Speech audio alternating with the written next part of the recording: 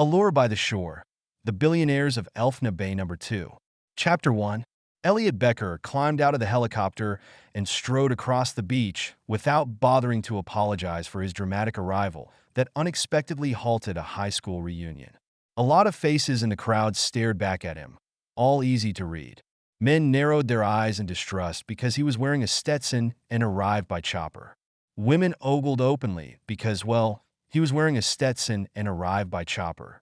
He cleared his throat, tipped his hat back, and applauded himself for choosing this reunion to start his search. His goal had nothing to do with Mimosa High, but this was an easy way to reach a lot of island residents at one time. And easy was the only way he rolled. "I'm looking for a man named Frankie Cardinale," he announced to the crowd that had gathered when his helicopter had landed on the sand. From under the rim of his hat, he scanned the crowd, catching a quick movement in the back. Long dark hair fluttered as a woman darted away, moving with just enough purpose that her retreat couldn't have been coincidental. No one answered his question right away, so he zeroed in on the lady who'd left.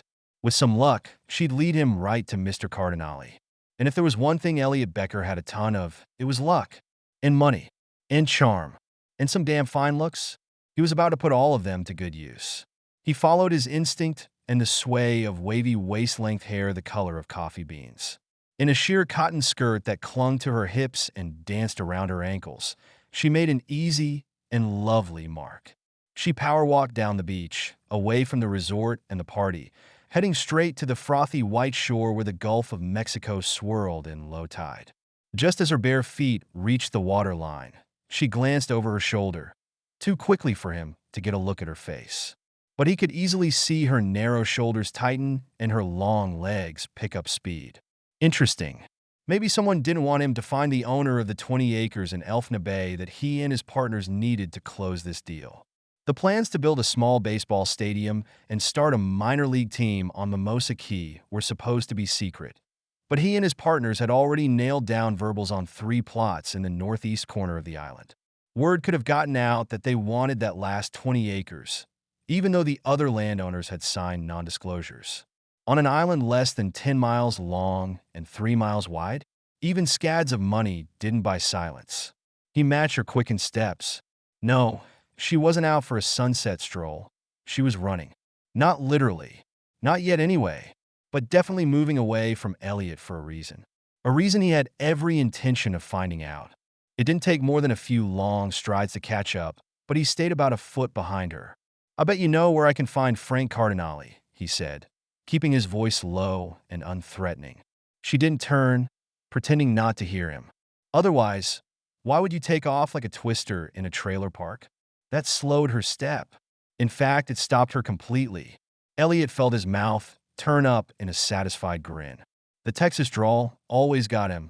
Of all the moves his military family had made, he'd lived in the Lone Star State for only a year, but it was enough to pick up a few expressions and work on the twang. And, hell, he looked excellent in a cowboy hat. Now, if she'd only turn. "I live in a trailer." Her words were nearly lost with the splash of a wave at her feet. "Shoot. Way to blow the first impression. It's just a turn of phrase, ma'am. More like an expression of condescension and mockery. No, a way to say you're moving too fast, not an insult to your home." He took 2 more steps, close enough to notice how the late afternoon light made her skin glow and pick up a whiff of something flowery and pretty. After all, home is where the heart is, he said. Not that he'd know, but he'd certainly heard that enough in his life. "It's not for sale." She spun around, making her hair swing like a curtain opening to a stage play. "So get back on your fancy hello, cowboy, and leave me alone." He blinked at her, still not fully processing the demand because, man, oh man, she was pretty.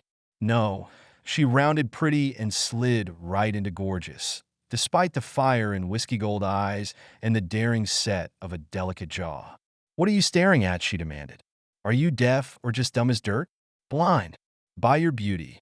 Oh, please." She looked skyward and sighed. "Spare me the lines." "That's not a line." Her eyes turned into golden slits of sheer disbelief. "Okay, it's a line," he conceded. "But in this case, it's also true. Did you hear me? It's not for sale." Yeah, he'd heard her, and the statement was starting to make sense. considering he'd come to the barrier island for one purpose, and it wasn't to flirt with sexy brunettes on the beach. Not that he'd fight the inevitable, but his goal was to buy land. And these words were not what he wanted to hear, no matter how scrumptious the mouth that spoke them. "Do you know Frank Cardinale?" he asked. She crossed her arms, which was patently unfair considering what that did to her cleavage. "I am Frank Cardinale." He snorted softly and didn't fight the need to examine her breasts further. 'Cause hell, now he had an excuse. Considering OL Frank is in his 80s and a man, "I'd say you have one hell of a plastic surgeon, Mr. C." "Miss," she corrected. "Miss Francesca Cardinale." She squeezed her upper arms as if nature and good manners were telling her to reach out and offer a handshake, but she had to ignore the order. "Frank was my grandfather. He's dead. The lady wasn't married, and the landowner was dead. Meaning this little excursion to the remote island would be fast, easy, and possibly quite fun." He refused to smile at the thought, but took off his hat with one hand and extended the other. "I'm very sorry for your loss. I'm Elliott Becker." She didn't take his hand, but met his gaze. "I know why you're here. You're not the first person to come sniffing around the land, although you're the first to drop down like you own the place. Which I don't." But he intended to. The thump of helicopter blades pulled his attention. There went Zeke, whisking away the woman he'd recently gone stupid in love over. Zeke had taken the chopper for the day, leaving Elliott with the task of finding Francesca Cardinale to close the land deal. "But you're not getting my land, Mr. Becker, so you better find another ride out of Elfna Bay." She gave him a tight smile, which only made him want to see that pretty face lit up with real happiness. "Maybe you could give me one." "A ride?" "Maybe not." She took off, not even bothering to end the conversation. "I can walk with you then." "No." He fell in step with her anyway. "Can I call you Francesca?" "Make that a hell no." She refused to look at him. He kept stride. "So, what's your price?" That got him a quick look and almost a smile of admiration. Of course, women loved relentless men, in cowboy hats, with Texas twangs. "My price is too high for you." And money. Women loved money, and he had even more of that than charm and sex appeal. Not to be, immodest or anything, but cash really isn't an issue. She stopped and closed her eyes, so close to a smile he could almost taste it. And, damn, he wanted to. "Good for you, but let me make this clear. I don't want to talk to you, walk with you, or sell you one blade of grass that I own." With that, she powered on, shoulders square, head high, bare feet kicking up little wakes of sand and sea. Damn, those were pretty feet. Would be even prettier if they weren't moving so fast in the wrong direction. Of course, there is the fact that you don't, actually own that land. He cleared his throat. "Unless you really are Frank Cardinale."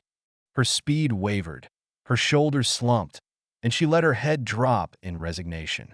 "What do I have to do to make you go away?" "Smile." She slowly turned to him. "Excuse me? Smile for me."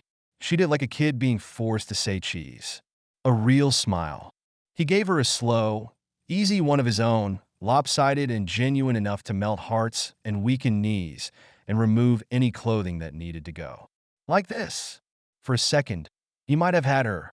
He saw the flicker of female response, the ever so slight darkening of her eyes, the thump of a pulse at the base of her throat. "The property is not for sale. And please don't bother taking this conversation one step further, because the answer will be an unmistakable, unequivocal, indisputable no." 100,000? She practically choked. "What part of that didn't you understand?" "The long, unspellable words might throw me, but I got the no loud and clear." He winked. "1 million. Very slowly. She shook her head. "Oh, for crying out loud, let's get this done." 5 million? 10? 15? "Everyone has a price, Francesca."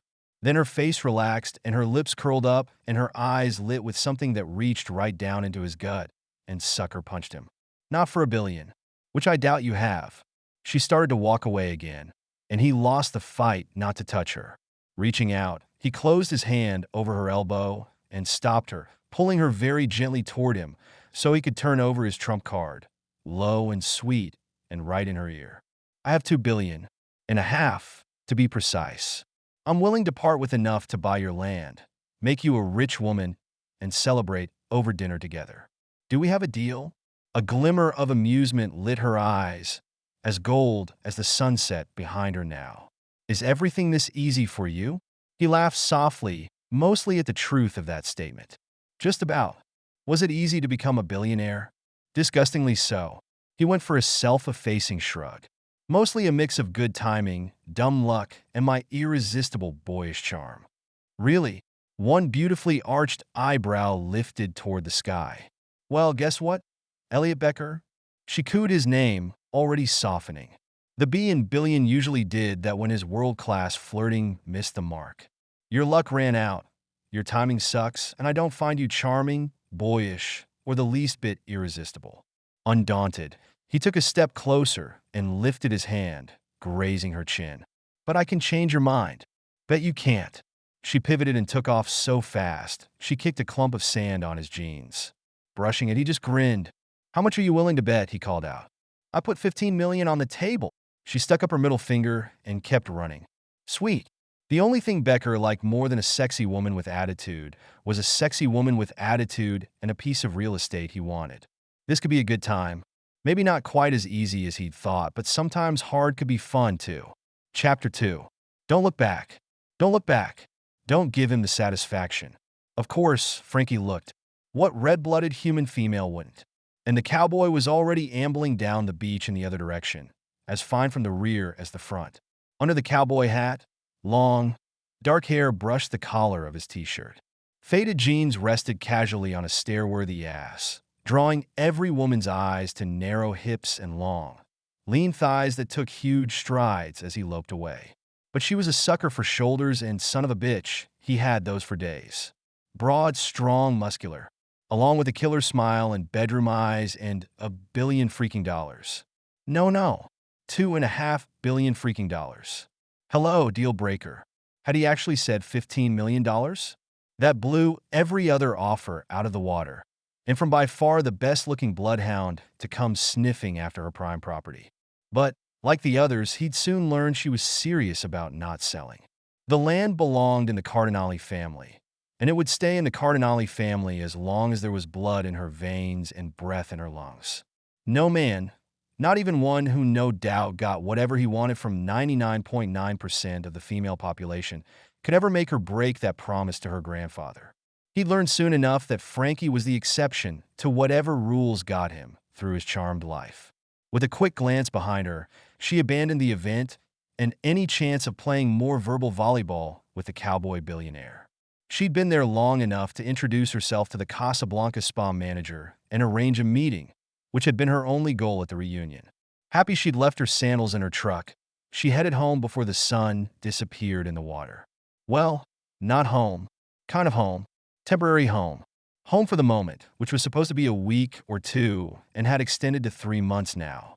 It felt like home a lot more than that high-gloss, high-tech high-rise in D.C. How had this tropical island stuck in the middle of nowhere become her home? For the second time in her life, too. Sure, the place was a lush, undiscovered gem glittering in the Gulf of Mexico. A few years ago, the hills and lakes of central Elfna Bay had been lost among the more desirable real estate along the coasts. But ever since Casablanca Resort and Spa had been built along the shore, money had been dripping into this island, or dropping in by helicopter, she thought with a mirthless smile. It was like they'd gotten a news flash when her grandfather had died without a will. Well, too bad, suckers. Florida's probate and intestate laws were crystal clear, as was her extremely sparse family tree. She'd inherited the 20-some acres of glorious tall pines and gently sloping hills, and all that was on it. Coming around the last corner, she slowed down to brace for the sight of exactly what that entailed. 7 goats, 2 dogs, a milking shelter, and a less-than-luxurious single-wide that Nano had rolled onto the land after his house was wiped out by a hurricane a few years ago. Yep, oddly, inexplicably, this wretched little goat farm had become her home. Not so inexplicable, she thought as she rolled up the dirt road. This was the very place where she'd taken refuge 13 years ago when her world came tumbling down. On those bleak days in the fall of 2001, when the world mourned people they didn't know and she mourned the parents she'd lost, She loved the security and simplicity of the goat farm. It was sunny and easy, with sweet goats and precious Nano to make her forget the ache of being an orphan. She'd loved it then, and she loved it now. Only now, without Nano, it was lonely. As she rounded the last bend, her gaze froze on a black SUV parked in front of the trailer. Holy hell! Would these bloodhounds never give up? It's not for sale, people. Sighing, she did a mental count of the days until this could end. 9. 9 days until the full 90-day probate period would be over, and she could officially wave a property title in her name in the faces of these relentless developers. All of them, even the ones with bedroom eyes and ride-em cowboy shoulders. Shoot, was this him? The thought rocked her as she slammed on the brakes next to the SUV. Had Wally Coyote somehow beaten her here? She shoved her bare feet into sandals, trying to stomp away the tendril of heat and anticipation. Surely she wasn't going to be that girl, the one who went all breathless and giddy at the sight of a sexy rich guy. Not a chance in hell. She threw open the door to hear Ozzy and Harriet from inside the mobile home, their high-pitched barks welcoming her home. Not the warning snarl of a Rottweiler that she should have to keep these idiots away. Stepping out, she scanned the pen first to be sure all the girls were safe. 4 of her goat does were visible, all offering their own distinct bleats to alert her that something was wrong. Still, no one was in sight. Was he around the side in the buck's pen? Maybe Billionaire Becker was stupid enough to let a horny male goat out of his gate? That might actually be amusing. Hey, where are you? She called out. Don't take another step. She froze, inching back at the low voice, searching side to side, but unable to see who'd issued the warning. Someone with a serious amount of balls. I mean it. A man stepped out of the milking shelter that ran along the back of the pen. A man who was definitely not Elliott Becker. Not nearly as tall and wiry thin. The man wore a beige polo shirt and sported thin hair flopped over to cover a bald spot. Before she could get out a word, he held up a phone as if he were taking a picture of her. A wannabe landowner, of course. These 9 days could not pass quickly enough. What the hell are you doing? She demanded. I'm afraid you can't come any further, ma'am. Excuse me? Was this a joke? You're on private property. I sure as hell am. My private property. She plowed toward the pen, ignoring the happy greetings from her goats. Who are you, and what are you doing on my farm? Inside the pen, he approached the gate, reaching it at almost the same time she did. His eyes were pale blue behind wire-rimmed spectacles, giving her no smile as he shot out his hand to deliver a business card. I'm Michael Burns, attorney-at-law, and the personal representative with full power of attorney on behalf of the owner of this land. She almost choked, closing one hand over the metal gate, the other automatically taking his card. I don't have a personal representative. You're not the owner. A little white spark of anger blinded her for a second, stealing her breath with its power. I am not the owner, he interjected, reaching to his back pocket to remove a piece of paper folded in threes, as though it had been in an envelope. My client, Island Management, LLC, owns this property and has sent me to clear it off so it can be sold. I'm afraid you'll have to take your animals and find another place to squat, ma'am. There were so many ways to respond to that. She couldn't even grab hold of one because nothing made sense. Island Management? Clear it? Squat. Technically, that's what you're doing. He gave the paper an officious snap to open it. I have here the last will and testament of Francesco Antonio Cardinale. She blinked, digging for anything that could be an explanation as she opened the pen gate and stepped inside, her grandfather's voice a soft echo in her head. I now have a will, Piccolina. I came to the world with no birth certificate and go out with no will. The next breath got stuck in her throat, leaving her speechless. No, that's not possible. Or was it? All she could do was shake her head and steady her hands as she reached for the paper. Words swam as she tried to make sense of them, a slow pulse pounding in her ears. That's a signature, a legal witness, and the seal of the great state of Florida. He pointed to the embossing at the top of the page, but Frankie's gaze stayed riveted on the signature. Don't need to sign a will, Piccolina. What's mine is yours. And he'd been right, except not if there was a will. Was that possible, or was this particular shyster just incredibly creative? Who is Island Management LLC? She asked, absently closing the gate behind her because Clementine was already pressing her little white nose closer. I can't say. You can't, she looked up, those white flashes of fury blinding again as everything suddenly fell into place. The billionaire cowboy, of course. Forget beating her to the property. He'd beaten her to the punch. Somehow. Oh, she knew how. Money can buy anything. Don't tell me. Island Management is owned by an egotistical, smart-ass hotshot in a helicopter named Elliott Becker. I'm not at liberty, nor am I required by law, to reveal my client's identity. Disgust and anger roiled up, matched by the sound of Ozzy's endless bark and Harriet's desperate whines for Frankie to come and greet them. Next to the man, Clementine and Ruffles bleated softly, staring up at him like they were actually following the insane conversation. Then all those sounds disappeared at the purr of a motor and the crackle of tires spitting dirt in the distance. Turning, Frankie wasn't even surprised to see a sleek silver sedan worth more than all 20 of the acres she was clinging to barreling onto her land. Coming in a hammer and nail in the coffin, Billionaire Becker? Oh man, it was going to be fun to take this bastard down a few pegs. Except, what if Nano had signed a will? No. She refused to let herself even entertain that possibility. Oh, look, here's your client now. Still holding the paper, she whipped open the gate to go back out to the yard. Then she sucked in a slow, deep breath to be sure she had enough air in her lungs to give him holy hell. A strong hand clamped on her elbow. No one sent me, the lawyer said. Hold it. She yanked her arm free. I know what this is about. Good guy, bad guy. You're going to play hardball with some fake. She flicked at the paper, piece of crap forgery, and he's going to throw insane amounts of money around. But trust me on this, neither one of you will get a thing. The sedan door opened and, sure enough, Elliott Becker emerged, this time without his stupid 10-gallon hat, which, God help her, only made him more attractive. He stared at them, his head angled as if he were sizing up the situation, wondering if she'd caved yet, no doubt. It won't work, Becker, she called. Behind her, the other man grabbed her again. Who is that? He demanded. He didn't know. She threw him a surprised look and attempted to wrench her arm out of his grasp, but he held tight. Let me go, asshole. Hey. Elliott's voice boomed across the farm as he strode forward. Let her go. Oh yeah, good cop, bad cop. She wasn't falling for it. You're trespassing, the man behind her barked. True enough, but they really didn't know each other? Frankie looked from one to the other, then tried again to free her arm. Let go of me.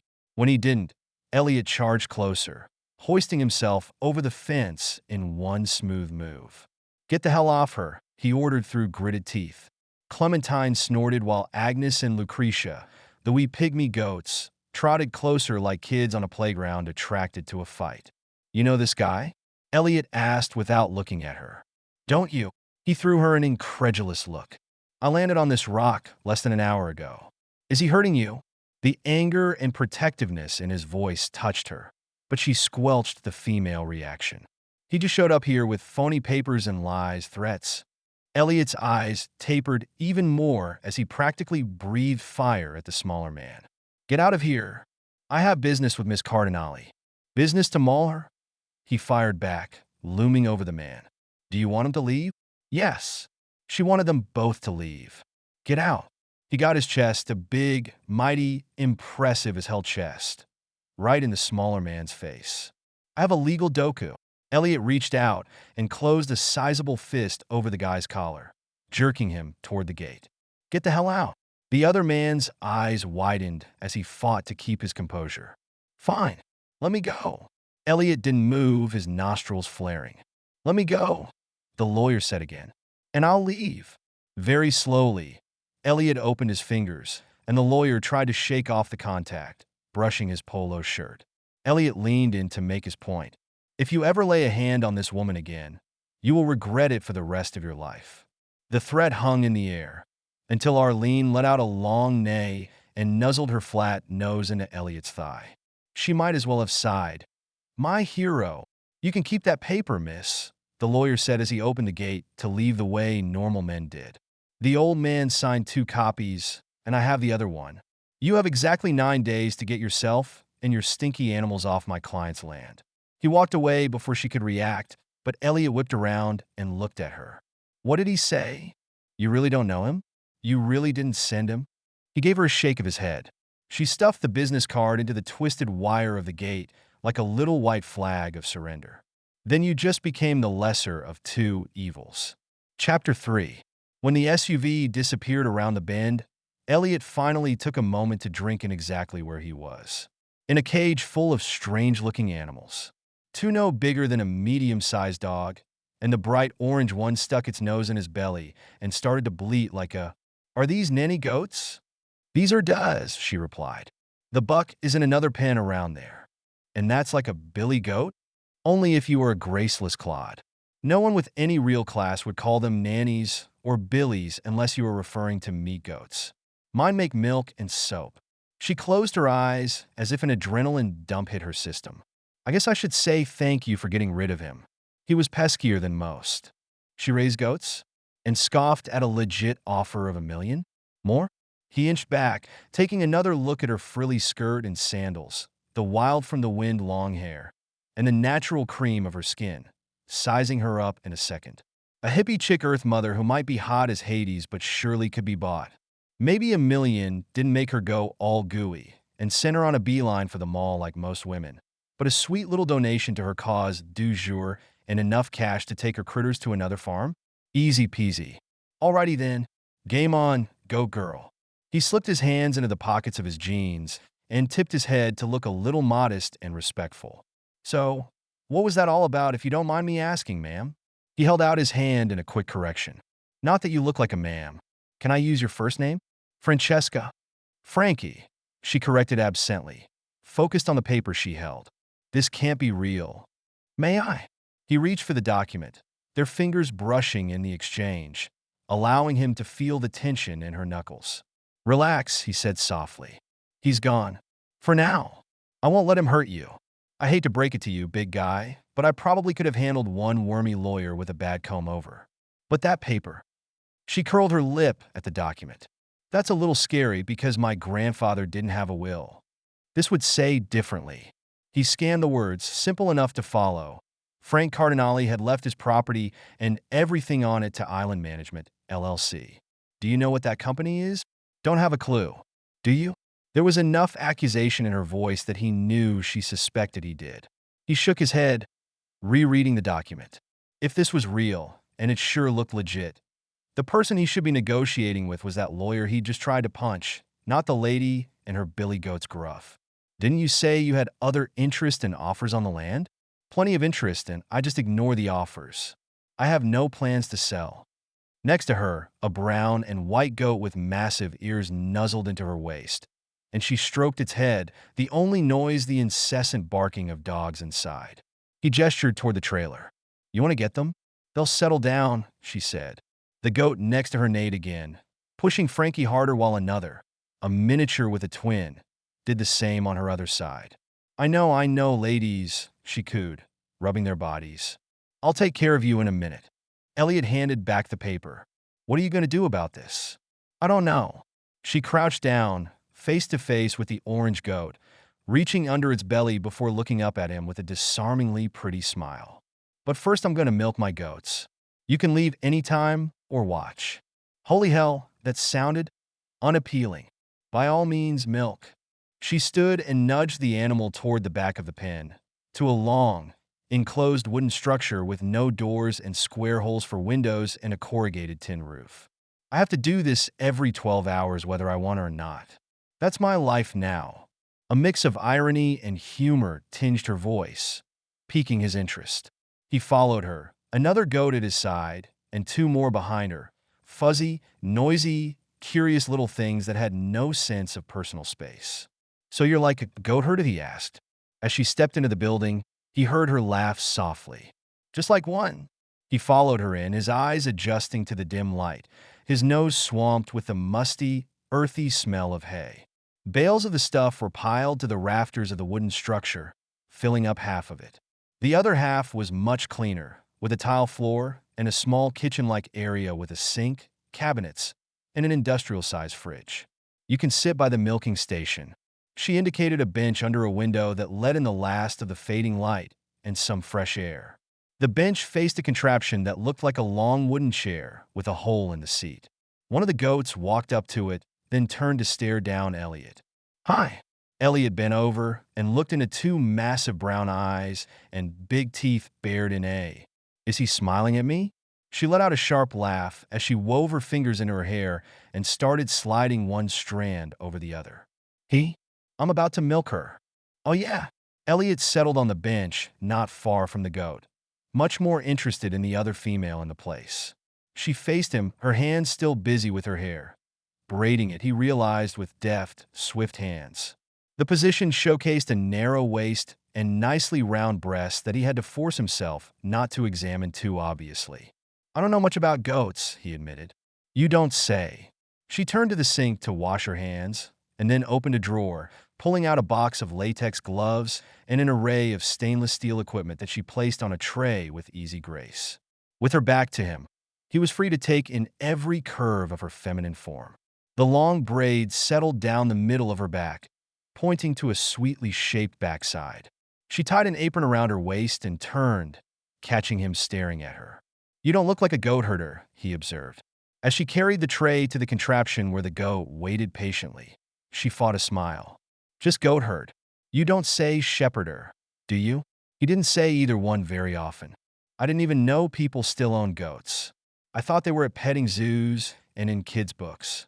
She laughed again, a sweet, musical sound that made him only want to hear more, as she got her pretty face close to the flat-nosed, floppy-eared goat. "You are so misunderstood, aren't you, Ruffles?" Straddling a small bench so her skirt fell to either side, she placed a bucket and patted the platform next to her. "Come here, girl, and let's do this." The goat let out a long staccato neigh and then ambled into place, jumping up a foot or so to get her hind legs over the hole where the bucket was. "I'm gonna guess you've never seen anyone milk a goat before," Frankie said as she snapped on a pair of gloves. "Or a cow." She looked up, surprise in her eyes. "With that hat and accent? I figured you just walked off the range." "Busted. City Texan," he admitted. Big difference. The year they'd lived in San Antonio hardly qualified him as a real Lone Star Stater, but he'd gotten his use out of it. The goat bayed again as Frankie's hand started to squeeze and stroke, followed by the sound of liquid splashing into the stainless steel bucket. "There we go," she whispered into the goat's ear, adding a soft kiss. "That's the dirty part, Ruffles." She pushed back and dragged the bucket out of the way, then replaced it with a fresh one. Her feet hooked under the bench as she leaned forward, serious now, the muscles of her legs visible through the thin skirt. With spare, confident movements, she stroked the goat's udders, teats. He had no idea what a goat rack was called and wasn't about to amuse her any further by asking. Nano was a little confused before he died. The statement threw him, coming from nowhere and yanking him back to the real business at hand. Who really owned the land he wanted? "Your grandfather?" he guessed. She nodded, confused enough to sign a "well you didn't know about?" She sighed, her fingers squeezing and moving like a well-practiced professional. He sat stone still and watched the choreography, mesmerized and suddenly surprisingly uncomfortable. Damn, who would have thought a woman milking a goat would be sexy? "Do you think the wool might be legitimate?" he asked. She didn't answer for a long time, concentrating on her goat. "I guess anything is possible, but unlikely." She looked up, a single strand of dark hair that had escaped her braids slipping over one eye. "For example, you showing up at exactly the same time as this lawyer with a fake will. Why did that happen in the same hour if you aren't teaming up on me?" "We're not," he said honestly. "Then that's one hell of a weird coincidence. Which, by the way, I don't believe in." "I do." She snorted softly. "Well, I don't. Coincidence, karma, good fortune, or lady luck, whatever you call it, I happen to be a living, breathing believer in it all," he said, leaning back and crossing his legs.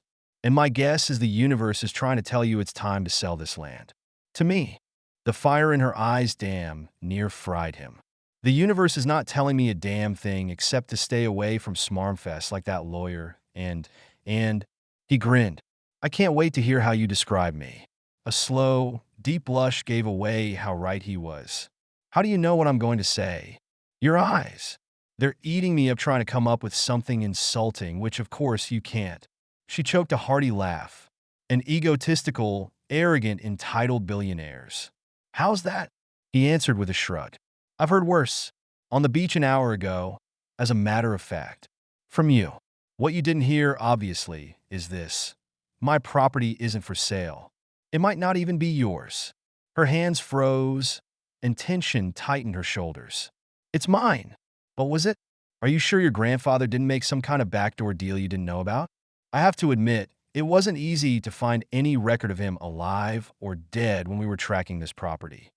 She made a face but didn't reply, her hands moving a little faster to wring milk out of poor Ruffles. After a few minutes, she backed off, and he could have sworn the goat sighed with relief. All done, Ruff. She swatted the goat's backside and scooted her off the platform, twisting to pick up the bucket and carry it to another tray. Clem, you're up, she called, and another one, a little smaller and almost all brown but for a spot on her forehead, ambled over for her turn at the station. How long have you been doing this? He asked. 81 days. 81 days. Twice a day. With half a dozen goats? No wonder you're such a natural. She worked on the next goat in line, repeating the same series of actions she had with the first animal. It's not that difficult. She swiped that stray hair with the back of her gloved hand and then blew out a long, slow breath. And as far as my grandfather, he was never big on paperwork. He used to say he was born without formalities and he'd die without them, too. No one is born without some sort of paperwork, he said. Nano was. He was born in a farmhouse in Italy, and they didn't bother with a birth certificate. Not a town record. He did have a baptism, and that was logged in a local church, but they weren't sure how old he was then. Best we can tell, he was 88, maybe 89 when he died. How long ago did he die? He asked. She stopped milking for a moment, closing her eyes. 81 days. The pain in her voice was undeniable. Oh wow, really sorry. And this time he meant it, but he couldn't help assessing the situation with this new information. She'd been here only since he died, which could mean she had no idea if that was real or not. Were you close to him? Not close enough, she murmured, inching closer to her goat. But you were his next of kin? Or would that be one of your parents? My parents are both dead, she said quietly. And I was Nano's only relative, so the land belongs to me. She finished this goat and turned to Elliott. It's a very clear-cut law in Florida when a person doesn't leave a will. I've already looked into it and talked to the county clerk when I moved back here. That guy? That lawyer? He's a fraud. But if Island Management really did own this piece of property, that's who Elliott needed to be doing business with, not the gorgeous goat girl. Sad but true. You know, he said softly, trying to lessen the blow of the truth. Nano wouldn't be the first elderly citizen to get scammed when they were sick, dying, and had no will. She closed her eyes with just enough misery for him to know he'd hit the mark. That lawyer's just more imaginative than the other people who want this land. My property is desirable, as you obviously know. She stripped the gloves off slowly. What are your plans for it? Hotel? Condos? Planned retirement community? Worse. He knew without a shadow of a doubt that she'd hate what he and his partners were planning. A minor league baseball complex? No, that would never fly. And if the lawyer was a fraud, Elliott would still have to buy the property from this lady who would no doubt recoil when she found out her little goat farm would be turned into an access road and parking lot. Don't tell me, she said with a laugh when he didn't reply. You're an eccentric, unhappy, lost, and lonely billionaire who has decided to reconnect with Mother Earth and wants to live on a working farm. Bingo. Answer supplied. How'd you know? He managed to keep all humor out of his voice, earning a surprised look from her. Seriously? Well, all except for the lonely part. I can usually scare up a date. She rolled her eyes. I bet you get plenty lucky. I told you I am. Lucky, yeah, I got that a few times. But I'm not. Selling, yeah, I got that a few times too. He pushed off the bench, impatience growing. Maybe she was just hardballing for the best offer. It's what he'd do. I want the place, he said, leaving no room for argument. I'll double your best offer. No, thank you. She stood, shoulders square, eyes narrowed, feet apart. Damn, she looked good mad. I'm not interested in money. Then how about I put that entire amount and another few million into what would be your soft spot. Something with animals. Your favorite. Goat charity. Goat charity? Don't tell me. That's the wrong word. Shoot. I'm trying to make this painless for you, Frankie. Painless? Painless? She took a step forward, as if she were about to induce some pain of her own. You don't know what you're talking about, cowboy. The pain happened when the only family I had left died in my arms. You're just an— She swatted the air like a fly had buzzed her. An annoyance. I'm sorry about your grandfather, Frankie. She glared at him. Here's what you should be sorry about, Becker. I made my grandfather a promise. This land, these 20 measly acres of scrub and swamp, is going to stay in this family no matter what. And I will raise goats and make milk and soap and cheese for as long as I'm capable of it, because that's what he wanted. Do you know what a deathbed promise is? One based entirely on emotion, which was just stupid when it came to land. One you won't break. Finally, something you know. She blew out a breath like she'd been holding it for 10 minutes, ignoring the next 2 goats bleeding for their turn on the table. Trust me when I say that no amount of money is going to take this land out of the family. No amount. So do us both a favor and leave. She pointed to the door and held the position for a good 15 seconds. He could change her mind. With sweet talk and a few promises of his own. He knew his power with women. But why bother? If the lawyer had a will, then in 9 days the lawyer would have a deed. Becker's business wasn't with this woman, no matter how attractive she was. They needed her land to build his dreams. I'll show myself out, he said, stepping away into the door. Outside, the late daylight had faded, and twilight had descended over the goat pen.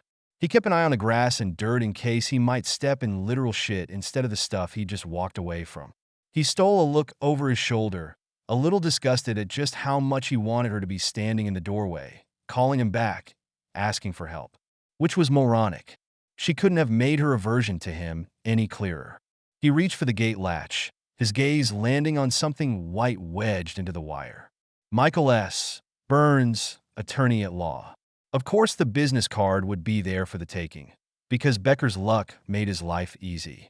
He snapped it up, climbed into his rented Audi, and had the guy on the phone before he'd reached the end of her dirt road. Chapter 4. Sunday afternoons were usually Frankie's favorite time of the week on the farm. Instead of the impending press of Sunday nightists that used to plague her up in D.C., she relished the end of the week because she didn't dread the beginning of it. No paperwork, bureaucracy, rules and regs, or unbearable office politics loomed the next day at a desk job she'd once thought could make her happy. In the 3 months since she'd slipped into this unexpectedly blissful existence, she'd come to think of Sundays as a gift. She groomed the goats most Sundays, spending the day cleaning and trimming hooves or brushing their fur. And she talked to them because, hell, there was no one else around. But today, Frankie was restlessly moving about the farm, starting chores but not finishing, picking up the hoof clippers, then getting distracted by the oils she used for soaps, not accomplishing anything but watching the dirt road and listening for cars. It was as if she wanted Elliott Becker to come back, which was just so lame it hurt. Crazy, she whispered, snapping her fingers to get Ozzy and Harriet into the goat shed with her. The dogs trotted inside, more at home on this farm than they'd ever been pin up in that downtown apartment. Just like her. Inside, the dogs sniffed and wagged and looked up at her with curiosity, as if they still wanted to know who'd invaded their home with a brand new smell the day before.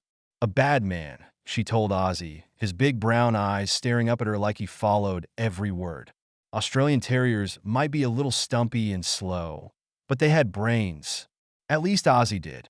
The little short-haired wiener named Harriet didn't have the smarts, but she was sleek and sweet and pretty as a picture. All beauty and no brains. Kind of like Cowboy Becker, who wasn't even a cowboy at all. A fake man, she muttered as she finished cleaning out the last stall. A pretend cowboy who's probably not even a billionaire and no doubt is lying about everything. Ozzy barked his response. And dumb as a box of rocks, she added, swiping her hands on her jeans. A goat herder. What kind of big, dense lug not even says something like that? He was big, all right, and gorgeous.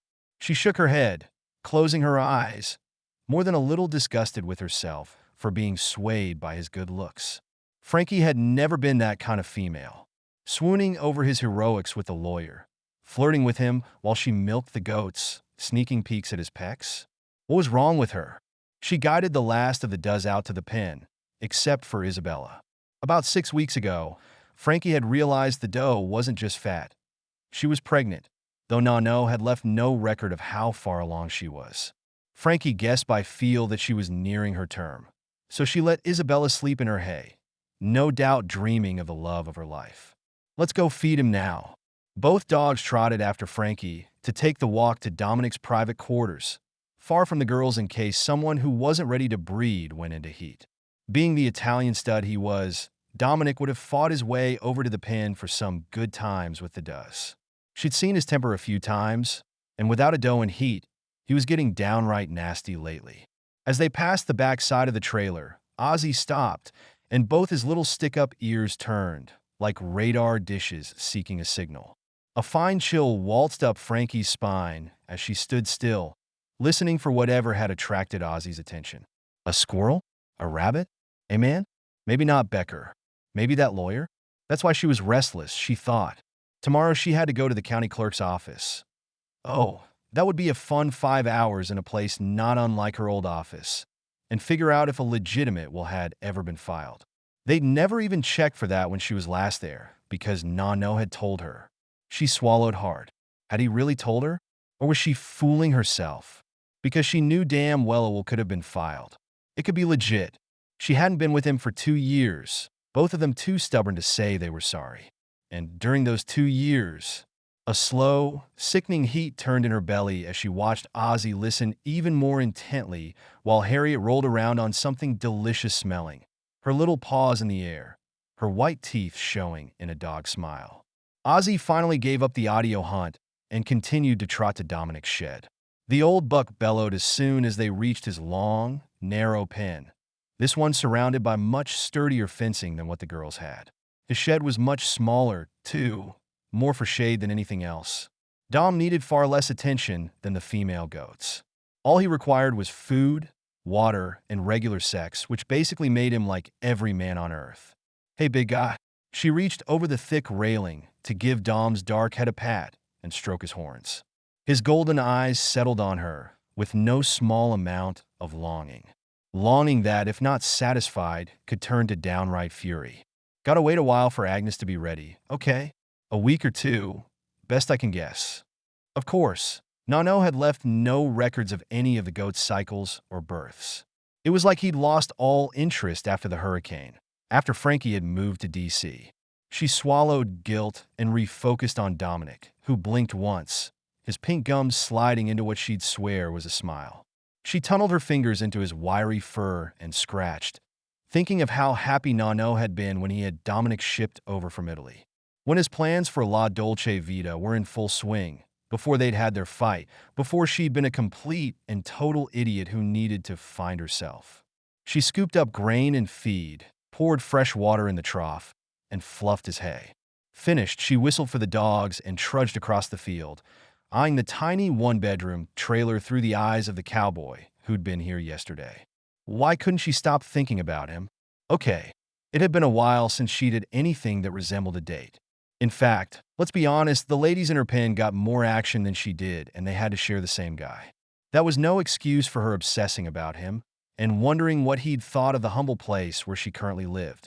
Without knowing why the trailer was there, he probably thought Nano was dirt poor and she was trailer trash who'd swoon over a multi-million-dollar offer for her land. Man, he couldn't be further off base.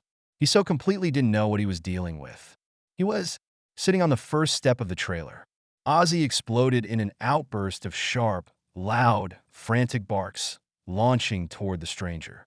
Whoa! Elliott didn't even stand, reaching out a hand, which Ozzy immediately sniffed. Harriet scampered around, trying to get a piece, so he reached his other hand to her, getting a total tongue bath for his trouble. Hey, pooches. He looked up and grinned, like his sneaky, unexpected arrival was completely normal and welcome. And Goatherd, not Goatherder. Nothing was normal and welcome, especially the way her knees weakened and the rest of her tensed up at the sight of him. Well, of course, she was shocked. That had to be why her body went into this state. Nothing else. You scared the crap out of me. You're vulnerable out here.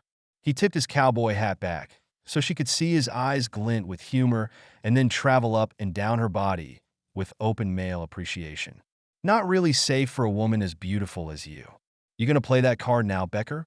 He took off the hat and set it next to him on the step, but Harriet launched onto it like the brim was dusted with bacon bits. Which card? Vulnerable? Beautiful? Heroic? Who knows with you? With an almost imperceptible flinch, he leaned forward to give Ozzy even more love, his fingers seeming to know exactly how to calm the high-energy dog. Of course, you have your vicious guard dogs to protect you. Ozzy was practically rolled on his back now, with Becker's big hand tunneling the dog's fur for a rare and prized belly rub. Ozzy was toast, his tongue already hanging out, his stub of a tail vibrating with joy. Harriet jumped off the step with the hat locked between her teeth as she trotted around the end of the trailer. "You may never see that hat again," she warned. He shrugged. "I've got plenty." "What are you doing here?" she demanded, fighting the urge to press a palm to her pounding heart, but not willing to let him know he had any effect on her at all. "What can I say? I'm drawn to." One more sweep with his eyes, and, damn it, she felt heat rise. This place. "I didn't even hear you drive up." "My point exactly." He finally gave up on Ozzy and leaned back on locked arms, a move that made his biceps huge. Ozzy threw both front paws on Elliott's lap, letting out a demanding bark for more attention, which he got from those incredibly large and surprisingly tender hands. "Oh, Frankie, come on. They're just hands." "I have an offer for you," he said, squinting up at her with an irrepressible grin. She puffed out a breath, dropping her head back to let out a grunt of sheer exasperation. How could she make him believe she didn't want the money? 1 week. He stood slowly, taking a step closer. "Let me stay for 1 full week." Her eyes widened, because she certainly couldn't have heard that right. "Excuse me? I need to know if this is what I really want and need in my life. And you want to what? Try out the farm life to see if it's for you?" "Exactly." His lips curled up, revealing stunning, perfect, white teeth and a hint of dimples hidden in the whisker scruff that was probably created using a special Hollywood clipper to get that perfect 2-day-old beard look. "Nothing about you is real, is it?" He recoiled a little at the question. "What makes you say that? You really are a fake." She had him. She could tell he didn't know how to answer that. "You'll just be whoever you need to be to get a job done. Am I right?" I'm a little more complicated than that." She lifted her shoulders. "I think you're simple, in every imaginable way." She started to walk past him, but he sidestepped and blocked her. "Come on, Frankie. I really want to know more about this goat life. I've been reading all about goats, all night. They're really quite a huge business and fantastic pets. I've been thinking about." His gaze moved to the pen ruffles, and he lifted his hand as if he were going to touch her, then dropped it, catching himself. "You. Don't do it, hormones. Don't listen. Don't react. Don't go surging into high gear. Don't shake your head," he said. "You know the attraction is there. You're attracted to ruffles?" He laughed. "You can't deny it." No, she couldn't. "All the more reason for you not to be here for a week." As if she actually needed a reason. But the idea, oh Lord, why did the idea appeal to her? Was she that lonely out here? "Yes. I won't bother you, Frankie, I swear. Too late for that. And I won't sleep. Near you. Have you seen my lavish accommodations?" She gestured toward the trailer. 1 bedroom and a lumpy sofa in the living room. Undaunted, he looked around. "I'll sleep in the barn." "It's not a—" She closed her eyes, hating the thoughts that played at the corners of her mind. "You wouldn't have to be alone when creepy lawyers and other people who want this place come circling like vultures." His enthusiasm was infectious. She had to give him that. And he was dead on about the vultures. He'd surely get rid of them. "And you wouldn't be lonely." "I'm not."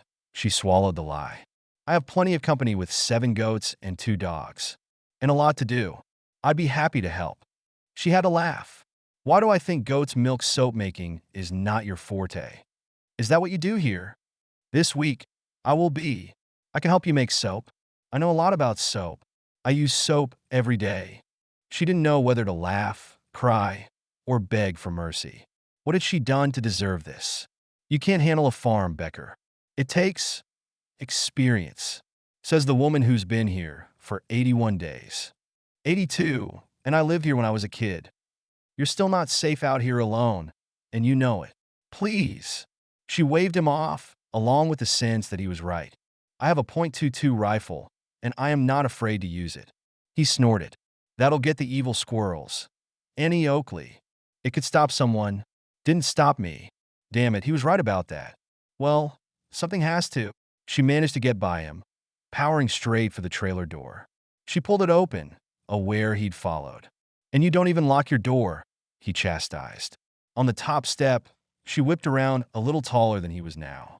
She used the advantage to glare down her nose. I will from now on. Goodbye, Becker. Ozzy barked, loud and sharp, making his displeasure at the word goodbye clear. She doesn't want me to leave. Yes, he does. He exhaled and shook his head. Clearly, I need lessons on farm management and animal husbandry. Science, she corrected. It's known as animal science, and I have a degree in it, which will make you an excellent teacher. Ozzy kicked it up to a deafening yelp, no doubt loving this idea. Oh! She blew out pure exasperation at him, at Ozzy's relentless barking at the situation. Come on in, she said, holding the door open. Nice work, partner. He scooped up the little terrier and followed Frankie in so fast she could feel the warmth of him at her back. It's an invitation to come in, not sleep here. She closed her eyes and turned one way and then the other, the tiny trailer closing in. Or maybe that was him, 6 feet of unstoppable testosterone and determination who'd just filled it. She moved a few steps into the tiny kitchen, flipping on the faucet to quench an inexplicably dry throat. So what's your real game, Becker? She asked as she reached for a glass. You think you can distract me or change my mind somehow? You make a bet with someone that you could spend a week with me and get my land. She turned and caught him looking at the dog in his arms, wide-eyed like they shared a secret. Like she'd just hit the nail on the proverbial head. Did you? She demanded. No, he stroked Ozzy, shifting his attention from the dog to her. I really am intrigued by this. And you. And I think you shouldn't be alone until you figure out what you're going to do with this place. She frowned at him. I got it all figured out, and no other buyer figures into it. He nodded, still stroking Ozzy. She refused to look at his hands. Hands that could, oh boy. She took a deep drink of water. While she drank, he dipped his head closer and closer, like he was going to put Ozzy on the floor. Her heart almost stopped. Oh, brother. He moved 1 inch, and she'd thought he was going to kiss her. Instead, he reached over her head for his own glass. Why? Thank you for offering. I'd love a glass of water. She tried to duck away to let him get it, which was damn near impossible because he was so big and filled her kitchen with all his body and hands. Enough with the hands, Frankie. I still don't completely buy this you want to live on a farm business, she said. I don't either, he admitted. That's why I'd like to try it. They have dude ranches for that kind of thing. He filled his water glass, smiling. What? She asked, seeing the smirk. You're not a dude, that's all. Oh, God. She leaned against the counter, half laughing, half sighing. You really think you can flirt me out of my land? That you can woo me with cute jokes and a drop-dead smile and a sudden interest in goats? He turned. Drop dead? I like that. Then why don't you? He just laughed and looked down at Ozzy. She totally likes me, don't you think? The little trader barked twice and wagged his tail. He speaks English, she said. Obviously. Elliott crouched down. Talk some sense into your mom, will ya, bud? He barked twice again. What's that mean? Elliott asked. Go away. He laughed again, an easy, playful, masculine laugh that sounded good. There'd been no laughing in this little trailer for 3 months. No flirtatious banter, no combustible chemistry, no sexy side glances, no. Man, no laughter, no music, no connection, no romance. And yet she'd thought she was content here. Nearly content, anyway. Almost content. Wasn't she? He put the glass to his lips, giving her only his profile. He drained the whole glass, his atoms apple-bobbling, like he'd walked miles through the desert. Well, he had trudged up here from far enough away that she'd never heard the car. As much as she wanted to, she couldn't take her eyes off him. Good God, the man was a specimen and a half of perfection. And protection. A thick bicep with the shadow of a vein running through. Strong forearms dusted with dark hair. Then she was back to his hand, curled around the glass, all tanned, long, powerful. But she didn't really know anything about him at all. From behind the glass, she saw him smile. "What? You have a camera?" he asked, lowering the glass. "'Cause it would be easier to take a picture, Francesca." She felt a warm rush to her cheeks at the use of her full name. And being caught staring. "You're standing in front of me gulping like a hog." She forced herself to turn, leaning on the sink and looking away. "How'd you get so built, Rich?" He chuckled as if he knew exactly what her real thought had been. "Told you already. Dumb luck." She gave a scoffing grunt, pushing off the sink to go back into the living room. He followed, with Ozzy practically crawling up his jeans, of course. "Not buying it. Nobody's that lucky." "I am." He sat in Nano's old recliner, the first man, the first human, to sit there in 3 months. Pushing back, he popped the footrest with a loud snap. "Haven't been in one of these for a long time. No lazy boys in the mansion?" He grinned, getting comfortable and, of course, making room for Ozzy on his lap. "I might have to change that." Didn't deny he owned a mansion, she noticed. "Anyway, to answer your question, I bought a very valuable piece of property." He crossed his feet and looked at her from under thick lashes. "I paid $46,000 for about 6 acres of land in western Massachusetts." "And selling that made you rich?" "No, I never sold the land and never will." She eyed him, curious, watching his smile grow and his dark eyes dance. "But the first time I put a shovel in the ground, I hit some stone. Beautiful gold stone." She gasped. "You struck gold in Massachusetts?" "Close enough. Goshen stone, rare and desirable. And the amount I had on my land that I bought as a favor to my cousin who really needed to sell, I might add, netted over $2 billion. Wow.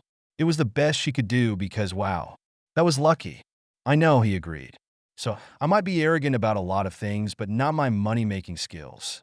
I literally fell into wealth, so it doesn't really change who I am, just how I live. And yes, I gave my cousin a cut."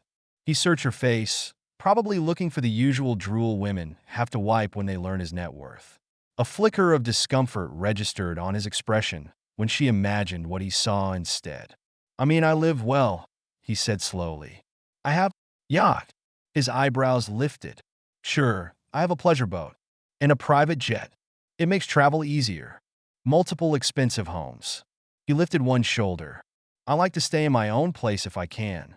Butlers and staff, and, of course, some ridiculous collection like art or horses or rare cars," he supplied. "I'm not going to apologize for how I live.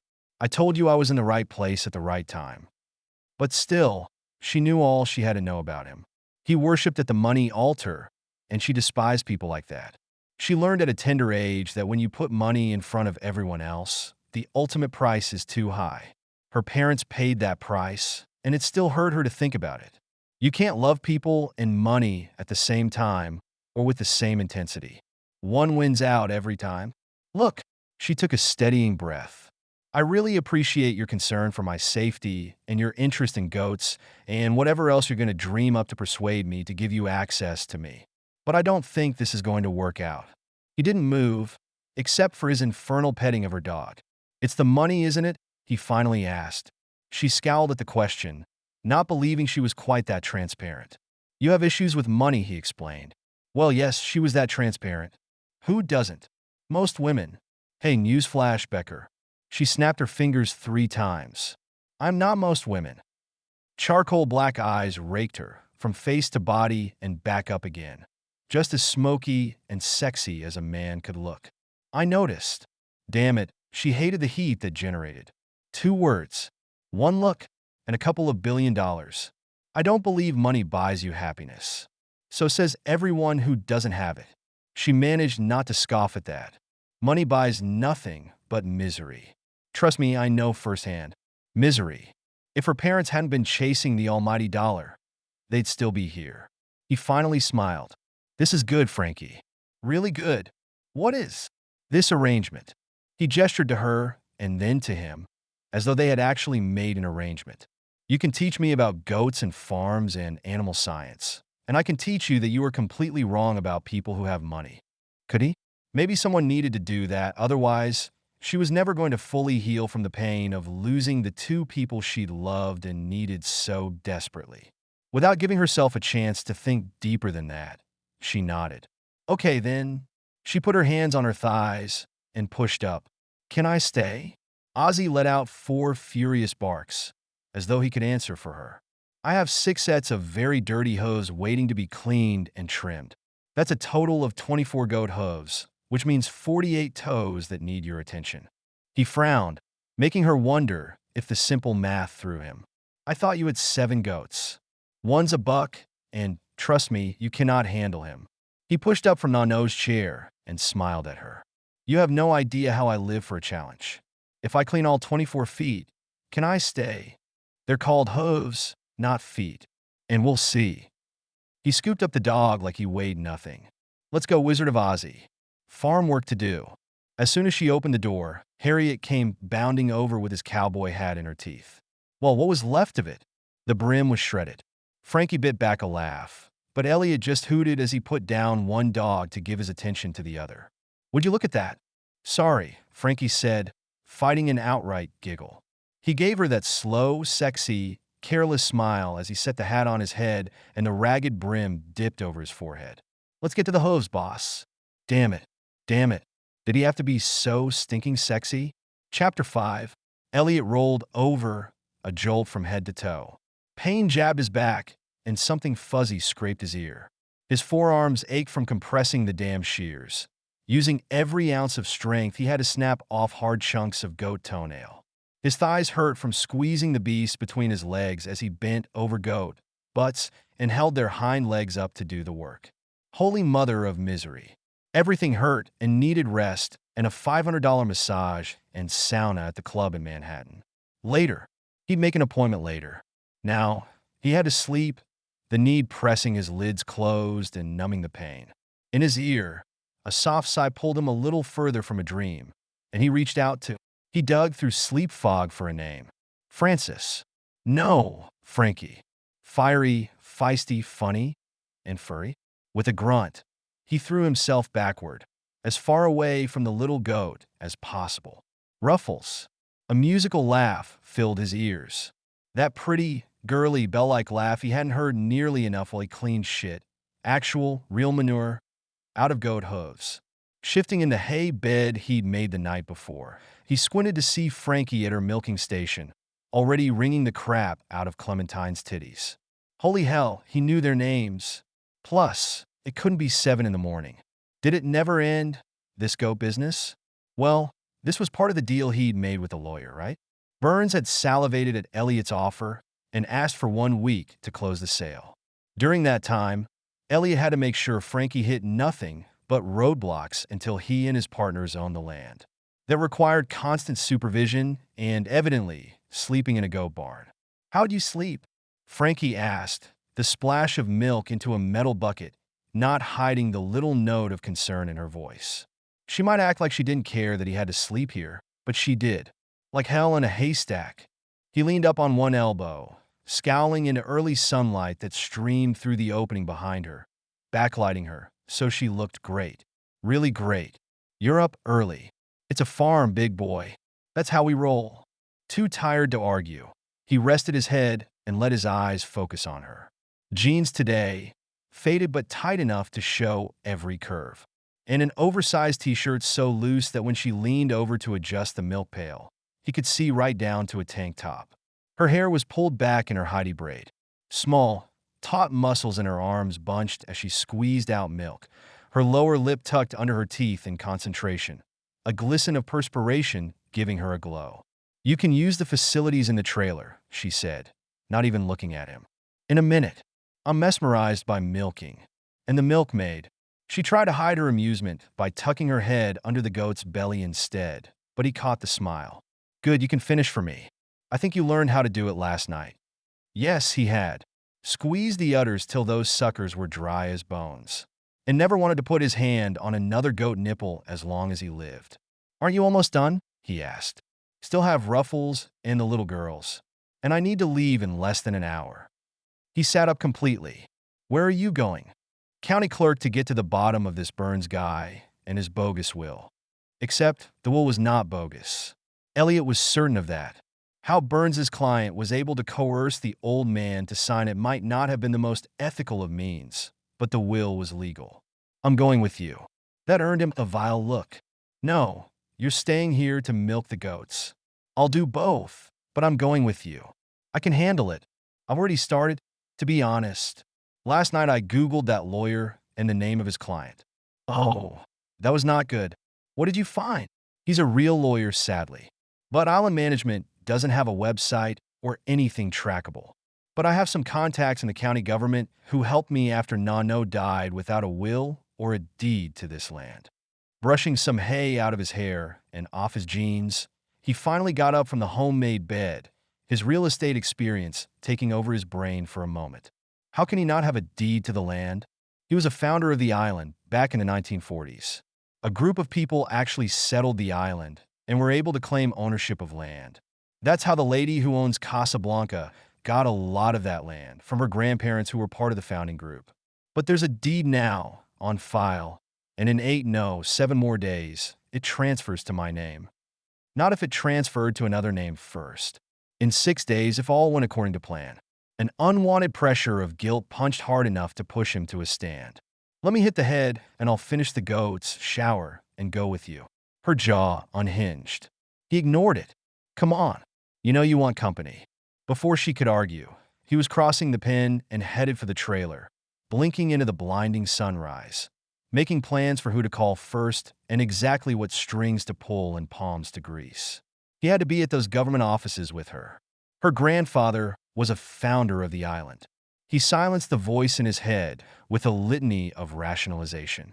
This place was perfect for the stadium, great access, close to a good population base on the other side of the causeway, still small and out of the way enough to be a real tourist draw. Plus, they'd already secured the surrounding properties, and this little plot shouldn't hold them up. The whole plan wouldn't work without a good access road and parking. This was too easy to start over. Fast, easy, simple, lucrative, and a shitty thing to do to Frankie.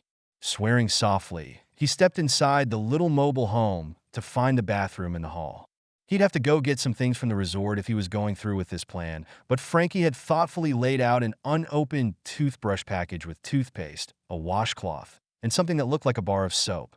It was brown and lumpy and smelled amazing. He sniffed again, getting a mix of sweet and peppery smells. When he turned on the water to lather up, the scents got stronger, and the soap slid around in his hands with a buttery, luscious texture.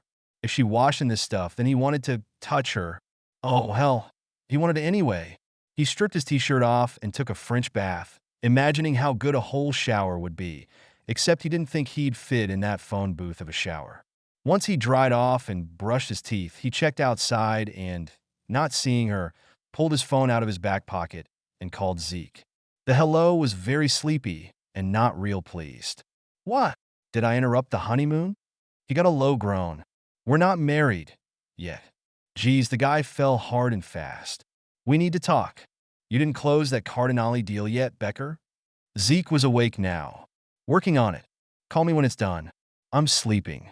A female voice in the background, followed by a soft laugh, told Elliott that his friend wouldn't be going back to sleep anytime soon.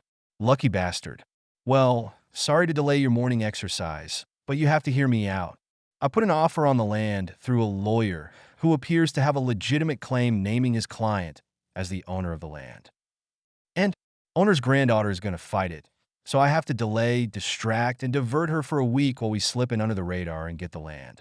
And just in case this lawyer's a shyster and he's lying, then I have to work on buying the land directly from her. Either way, I'm going to win. He felt better just saying it out loud. He had a plan and needed to stick to it. I'm okay. Sounds okay.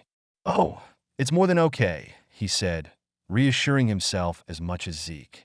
Why is she hot? A 10. Zeke snorted. You are the luckiest son of a bitch on earth, says the man who was in the sack with a gorgeous female, while I have a goat waiting to be milked. What? It's a goat farm, he explained. The late owner ran a goat farm, and she took over. So why doesn't she want to sell? Sentimental value, best I can tell. You can outbid that, Becker. Yeah, but she doesn't know about my deal with the lawyer. and she doesn't know what we're planning to build. Another one of those little guilt pricks stabbed at his chest. So he paced the trailer. In 3 steps, he was in a bedroom he knew had to be Frankie's, decorated. If you could actually use that word, with a simple beige comforter and a few pillows, some pictures of the great outdoors on the walls, and a single dresser with a hairbrush, mirror, and 2 small, framed photographs. It didn't look like any woman's bedroom where he'd spent time. He was used to counters that looked like the makeup department at Saks and overflowing closets with a zillion pictures of themselves. This room was as simple as the farmer who lived in it, and all that did was intrigue him more. "So, what's your plan?"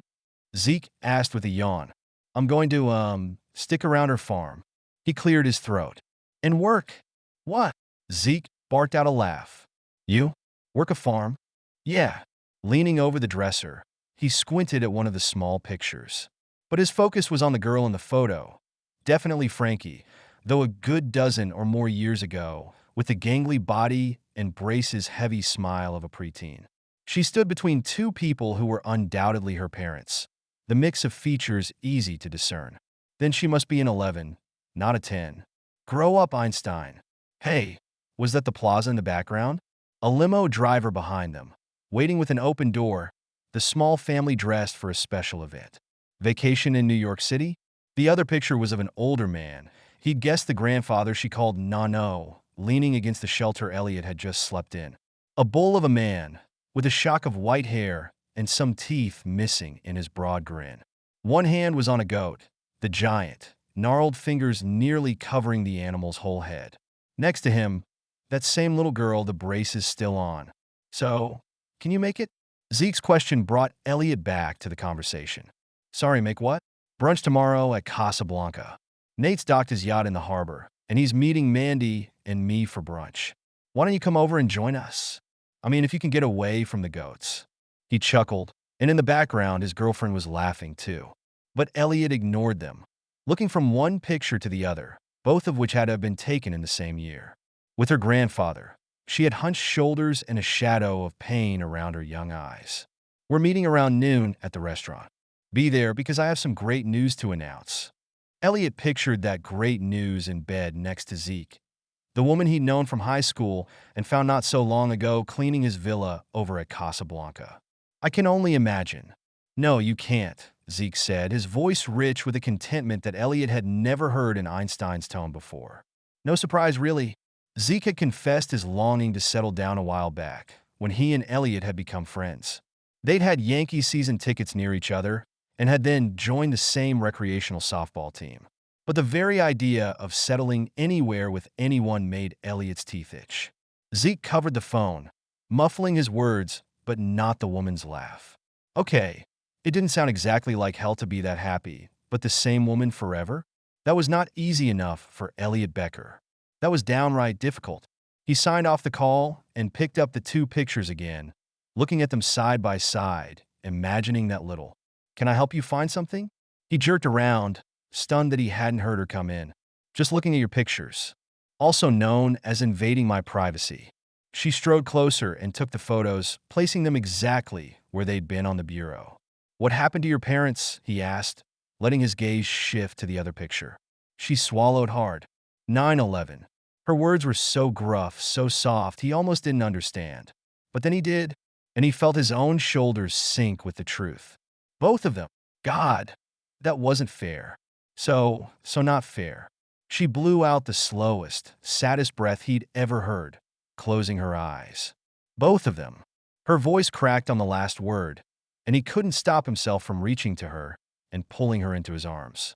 "Frankie, I'm sorry."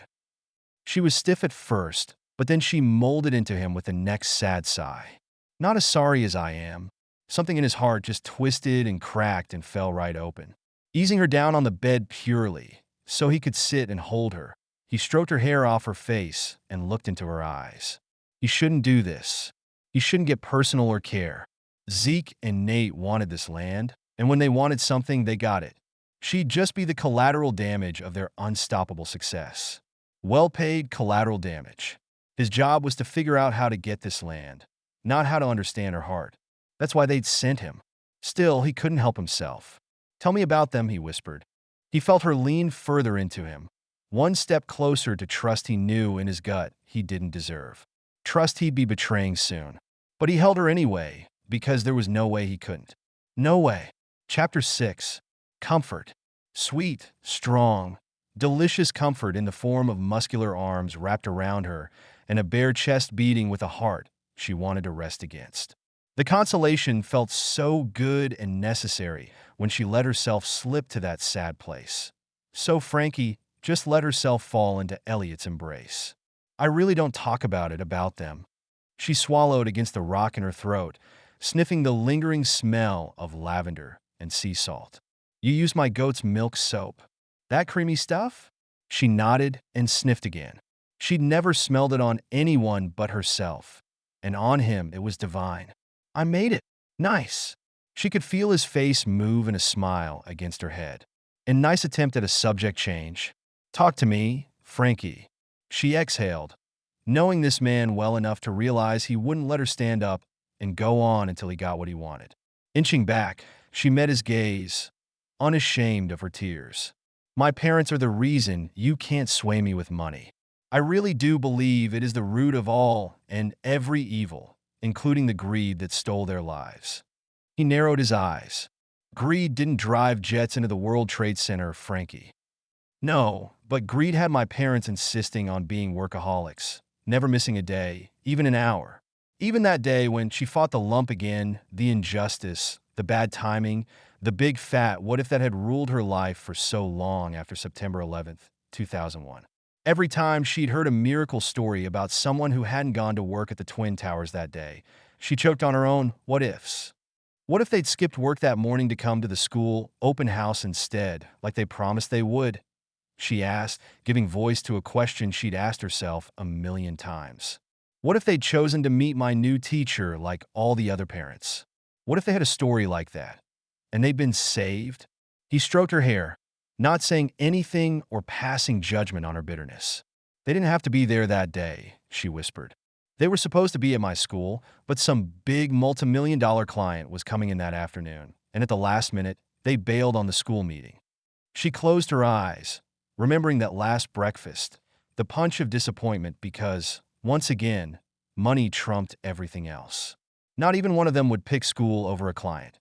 So she'd lost them both. And they could be alive if they could have been somewhere else.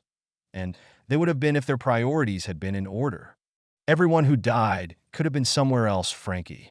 His voice was as calm and sweet as the fragrant soap he'd washed with, but the words did nothing to help her.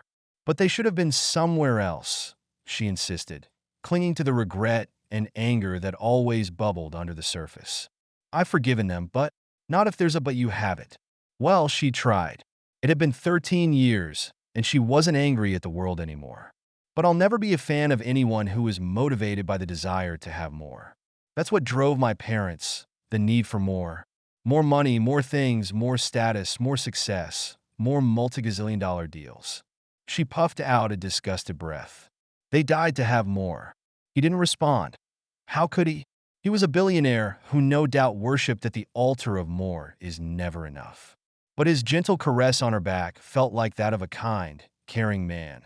So she tried to forget that he was cut from the same cloth as her money-hungry parents and let him soothe away the old beast of bitter who reared his head more often since Nano had died. So maybe it wasn't bitterness that had her blue. Maybe it was just a far too familiar sense that she had no one. She closed her eyes and rested on his powerful shoulder, practically purring at how good he felt. I came here after it happened, she finally said, not wanting to talk about her parents anymore. They weren't why she wanted to hold on to this land. It was because of her savior, Nano, to live with my grandfather. Was he your only relative? No, my mother's sister in Long Island also wanted me, but according to my parents' will, I was supposed to live with Nano. So I left a 4,000 square foot apartment on the Upper East Side and a private school, driver, and a life of pure luxury to move to a goat farm in the middle of a swamp island. It was his turn to back away and look at her incredulously. That must have been horrible. She fought a smile. I loved it. Really? Well, not immediately, no. I mean, it was a bit of a culture shock, and I was a typical teenage brat full of denial and anger, but Nano? Boy, He just loved me like I was another one of his darling does. He was just the most amazing, sweet, terrific guy in the whole world. My grandmother had died a few years earlier, and the farm was fading, but only because he needed a second pair of hands and he was too stubborn to ask for help. His middle name was Stubborn, she said, trying to make light of the character trait that had nearly cost her that last goodbye. But once he started teaching me how to do things, I really, really loved the life. You lived in this trailer? He asked. Oh no. We had a little ranch house, but it was messed up badly in a hurricane that hit the island a few years ago. He put this up temporarily. I guess it was a great escape from the pain of what you'd gone through in New York, he said. Everyone thought that, and it made sense. It didn't seem like that to me at the time. I enjoyed the animals and loved Nano, and he loved me. Completely and wholly and unconditionally. Way more than my parents did, or at least than they acted like they did. Like, he went to your teacher conferences instead of working? She laughed softly. Even better. After the first year at Mimosa High, he yanked me out and homeschooled me because the teachers were all from hunger, he used to say. He educated you himself? She shrugged. More or less. He certainly taught me how to milk goats and breed them and how to make soap and cheese and get a doe ready to give birth. But that's not exactly what qualifies as an education in the state of Florida. Comfortable now, she tucked her legs under her and shimmied back to look at him. That was no hardship. His dark gaze was right on her. Every word hitting his heart, she could tell. And that was a problem, she added. Enough of a problem that my Aunt Jenny swooped down from New York, went to war with the courts, and got me to go live with her in Roslyn Heights, Long Island, also known as living hell for me, which was actually the understatement of all time.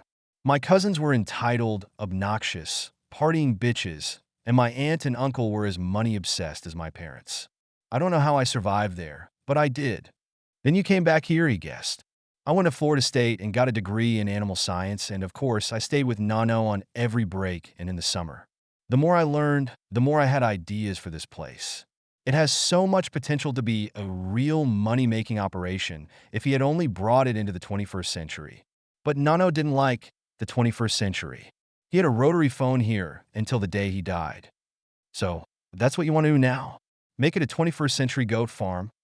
No, she pulled her legs up again, wrapping her arms around her jeans, not liking this part of her story any more than the part about her parents.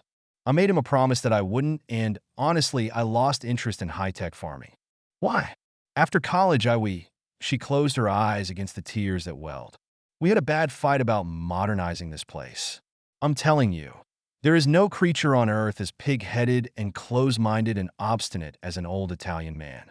I wanted to expand and install a whole milking and dairy system, and he just wanted to make soap and cheese and maybe have a little petting farm and retail storefront when he rebuilt the house. I was on fire with youth and ambition, and he was mellow with age and the simple joys in life. We fought pretty badly. She managed a wry smile. I may have inherited that stubborn streak. You think? Laughing softly, he brushed a strand of her hair off her face. The gesture so intimate it sent an unwanted rush through her, but also encouraging, so she kept talking. Anyway, after our big argument, I went to D.C. and got a really important job at the Department of Agriculture in Nano. Her voice hitched, and he reached for her hand, swallowing it in his much more sizable ones.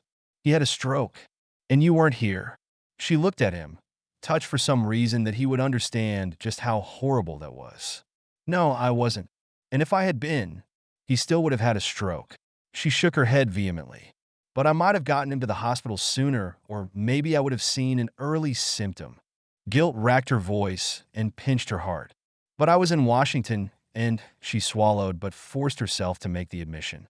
I was no better than my parents in being somewhere other than where I should have been, chasing success and big dreams. And big dreams? In the Department of Agriculture? He couldn't hide the incredulity in his voice. I was on a fast track to a directorship, she countered. But that's all over now, thankfully. Because you promised him you'd run the farm the way he wanted you to? I promised him. She wasn't really sure if he'd heard that promise, so what did it matter? Damn it, her voice truly cracked then. Tell me, Frankie. With a little pressure from his hand, it felt natural to let go of her grip on her legs and allow them to drop, removing the protective barrier she'd created as she told her story. Automatically, Elliott took up the space by getting closer. She closed her eyes and reminded herself that the promise did matter. He was in a coma when I arrived from D.C., she whispered, letting herself be transported back to that night. I sat with him in the ICU and apologized and promised and begged him to stay alive.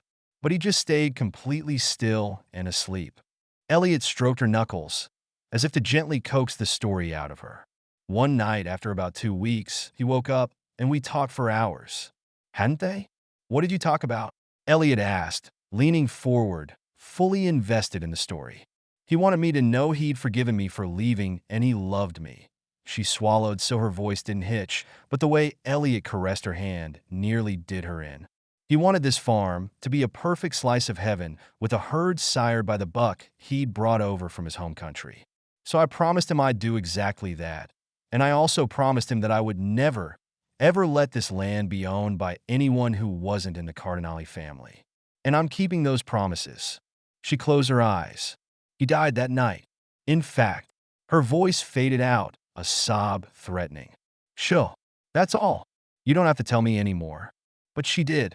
He had to know why this mattered so much to her. I promised him I'd keep the land and do exactly what he'd wanted to do with it.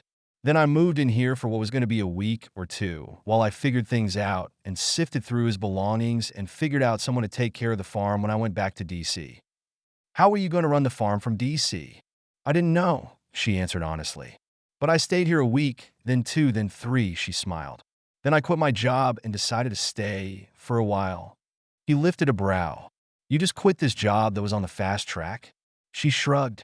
I have, some money from my parents, and I never expected to like it so much here. To feel so at home. Lonely, but at home. Something flickered in his expression. A little hurt, maybe? A little fear? Perhaps he just realized how crappy it would be to try to buy her home. He lifted their joined hands to his mouth, breathing a soft kiss on her knuckles. Goosebumps flowered up her arms, and chills trickled down her spine, but she managed to stay still.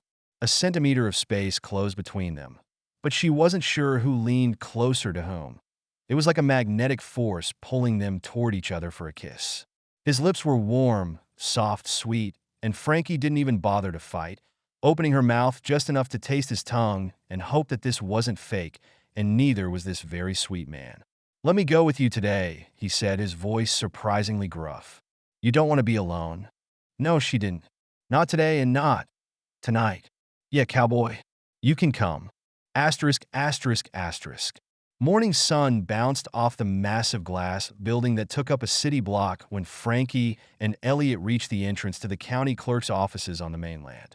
Despite the brightness, Frankie knew a maze of lines and cubicles lay behind those shiny walls, populated by frustrated people and overworked clerks and wrapped in red tape. If only she could find Liza, the amazing clerk who'd helped her last time. I can't believe I have to go in there again, she sighed. The last time, when she confirmed that the property was hers despite the lack of official paperwork, she'd lost nearly 6 hours in the place.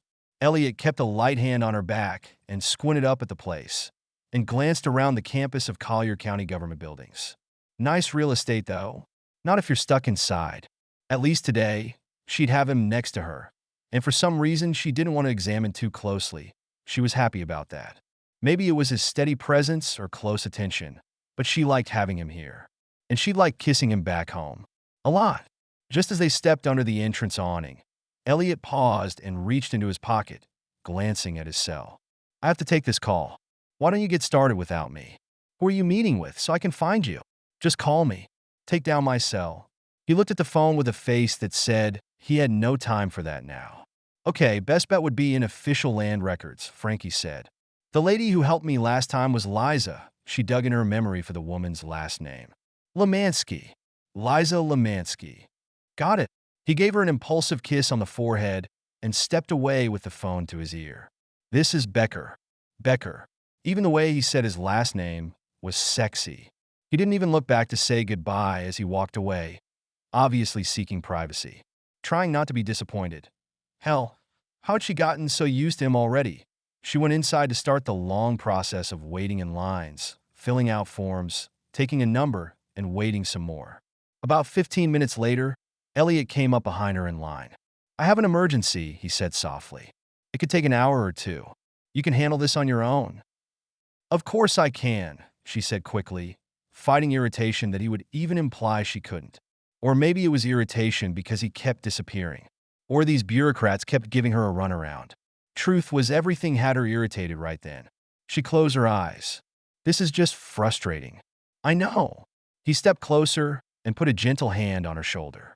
When we're done, we'll stop by my place at the resort, and he let his voice fade, and damn it all, didn't her imagination and hormones go wild? Maybe take a walk on the beach, have a drink, relax, and fall into his bed. She inched back, not sure where the thought came from, but it sure wasn't the first time she'd had it. With a quick and unexpected peck on her lips, he was gone. She shifted to her other foot and checked her number again, furious at the way he'd left her so electrified. And disappointed to be alone. Why in God's name would his leaving affect her like that? He was a billionaire, for crying out loud, and it was Monday morning. Of course, he had more important things to worry about than her little property problem. Just like her parents, she shoved that thought out of her mind, scrunching her eyes shut to mentally erase the words. Over the course of the next 2 hours, she met with ineffective clerk after ineffective clerk. Keyboards were pounded, file drawers were opened, then she was sent to another department, then another. It all reminded her so much of her old job that her stomach clenched. She'd never go back to that, never. She really did just want her farm and her goats, and Becker's face flashed in her mind, in his body, and the whole cycle of thoughts started all over again. Finally, she got to land records where she was greeted by a familiar face, and the first one smiling all day. Liza. Frankie reached out to shake her hand, not surprised when the other woman added a friendly hug.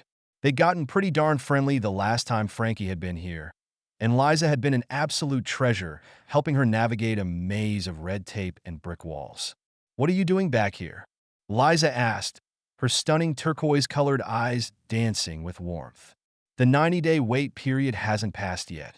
I know, but I've been informed that someone has tried to file an illegal will in my grandfather's name.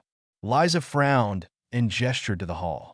I've been digging around since I got the message that you were worming your way through the processing system from hell. Come on, let's go in my office and talk. In the windowless room, Frankie took the guest chair, remembering the hominess of the little office, despite its lack of windows and abundance of government-issued ugly furniture. Frankie had seen her share of these four walls, but Liza made hers welcoming, with a lamp on the table instead of fluorescent light and a few pictures of a darling little brown-eyed boy she assumed was Liza's son. It's very puzzling, Liza finally said as she slipped into her chair behind the desk. I found that a few hours ago, when I first got the notification from documents pending that you were looking for it. Frankie shot forward. And it's fake, right? She blew out a breath. I don't know. It's disappeared right out of the system not 20 minutes ago. What? It's the strangest thing, she said, turning to tap on her computer keyboard as if she hoped it might magically appear again. I wouldn't have even looked, but a notice came that you were in the process office and would eventually make your way here. And of course, I remembered you and how there was no will and no deed for your no. What did you call him again? No, she supplied. It's Italian for grandfather. Liza smiled. Yes, I like that in your story about your farm. It sounds so dreamy, you know? It is, Frankie said, understanding the longing to escape bureaucracy. You should bring your son to my farm sometime. He'd love the goats. Liza's smile faltered, and her gaze shifted to the framed picture next to her computer. Oh, he's not mine, Liza gave a tight smile. Sure, I'd love to bring him over. Thank you. A box flashed on the screen, taking her attention back to the computer. Ugh, still says file not found, but what? Frankie leaned forward, trying to get a better look at the screen. Well, when I saw that notice that you were trying to track down a will, and I found it, I had a chance to see the document scan. Her pretty mouth drew down. I hate to tell you, it looked legit. It did. Worry clamped her chest. Liza's gaze softened and grew sympathetic, like a doctor about to deliver very bad news. Frankie, we do see this kind of thing from time to time. What kind of thing? Older folks do get scammed like that. These con artists and developers comb old-age homes, and even some neighborhoods looking for elderly citizens who haven't written a will. Then they persuade the person, who is oftentimes not completely, she tapped her temple and gave a sympathetic tilt to her head. Nano was pretty alert, Frankie said. But then, she'd been gone a while. How did she know how alert he was? She didn't know he was sick enough to have a stroke either. I'm sure he was, but in some cases, these people don't know what they're signing because they don't have family to advise them. And neither had Nano, because she was in Washington, D.C. Tamping down guilt, she leaned forward. Can you fight that? Oh, absolutely, with the right attorney. Unless, of course, the land gets sold before you get a hold of it. Then you're in trouble. Frankie pinched the bridge of her nose, squeezing against the frustration headache that had started hours earlier. So, what happened to the document? Liza whooshed out a breath that fluttered her bangs. I do not know, and I tell you, I'm freaking Sherlock Holmes when it comes to investigating things like this. I've dug through every file I can find, but it's gone. Then, that's good, right? She shook her head. It's just weird. It could mean that it was flagged by someone, somewhere, and pulled from the system, or it could mean that someone made an offer on the land and a realtor has the will. Frankie sucked in a breath. No, don't panic yet. I'm going to make this a top priority, and I promise to call you when I find it. Is this still your cell number? She read from the open file, and Frankie confirmed. Liza walked out with her, still chatting as they went down the hall, but when she opened the door, she went stone silent. Then she turned to Frankie. Brace yourself. Hottie in the office. Frankie laughed, remembering how a handsome man could send a reaction fluttering through the otherwise dull halls of a government building. She inched around to take a peek, her whole body tightening at what she saw. Not a hottie. Her hottie. There you are, Elliott said, coming toward her with outstretched hands. I thought you got lost in the maze. Instead, she was lost in an unexpected embrace. She turned to say goodbye to Liza, who was staring hard at Elliott, a frown tugging as if she was trying to place him. Liza, this is Elliott Becker. Elliott, Liza Lemansky, the most helpful person in this building. Elliott nodded hello. Helpful? As in you straightened everything out? Not exactly, Frankie said. But thanks for trying, Liza. She gave a wave, and another scrutinizing look at Elliott, which Frankie imagined he was used to, though Liza wasn't exactly salivating. She was more curious than anything. Nice to meet you, Elliott Becker. She said his name slowly, as if trying to place it or remember it for later. With a final nod, he gave Frankie a nudge forward. Let's go celebrate. She eyed him. Celebrate what? The brick wall I just ran into. He shrugged quickly. Well, my business situation went well. I guess one of us should be happy. The weird thing was, despite the frustrations of the last few hours, she felt oddly happy right here on his arm. That was weird, wasn't it? Chapter 7. I don't believe it. Frankie stood with her hands perched on her hips, turning once to survey the plush, high-end villa called Rockrose. Tucked into a garden and looking out over the aquamarine waters and pure white sands of Elfna Bay, this one-bedroom vacation home was private, expensive, and perfectly appointed. You don't believe what? Elliott asked as he joined her. That you would willingly choose to sleep on hay in a goat shelter when you are paying God knows what for this place. He laughed. I told you I'm eccentric. Or nuts. A little of both. Wait here, I'm going to get some stuff. He headed to the back, presumably the bedroom, giving her a moment to inspect the luxurious furnishings and finishings. Light, tropical fabrics accented the dramatic Moroccan-style architecture of the whole resort, with rich wood floors leading to a pool and patio. But it was the front veranda and the water view that captivated Frankie, so she stepped back outside to lean against the rail and drink in nature's finest work. At the sound of male laughter on the beach, she spotted two men, both tall and shirtless, talking as they walked up the beach, straight toward the villa. Speaking of nature's finest work. Both great-looking, both built to break hearts, they got closer, and Frankie couldn't decide which one was easier on the eyes. Might have been a tie. She zeroed in on the man on the left, his chestnut hair and square jaw so familiar. She couldn't resist squinting to get a better look. He laughed and made a gesture, and even that seemed like something she'd seen before. They glanced at the villa then, and both men slowed their steps as they noticed her. Holy shit, she whispered, recognizing the man on the left. That's Nathaniel Ivory.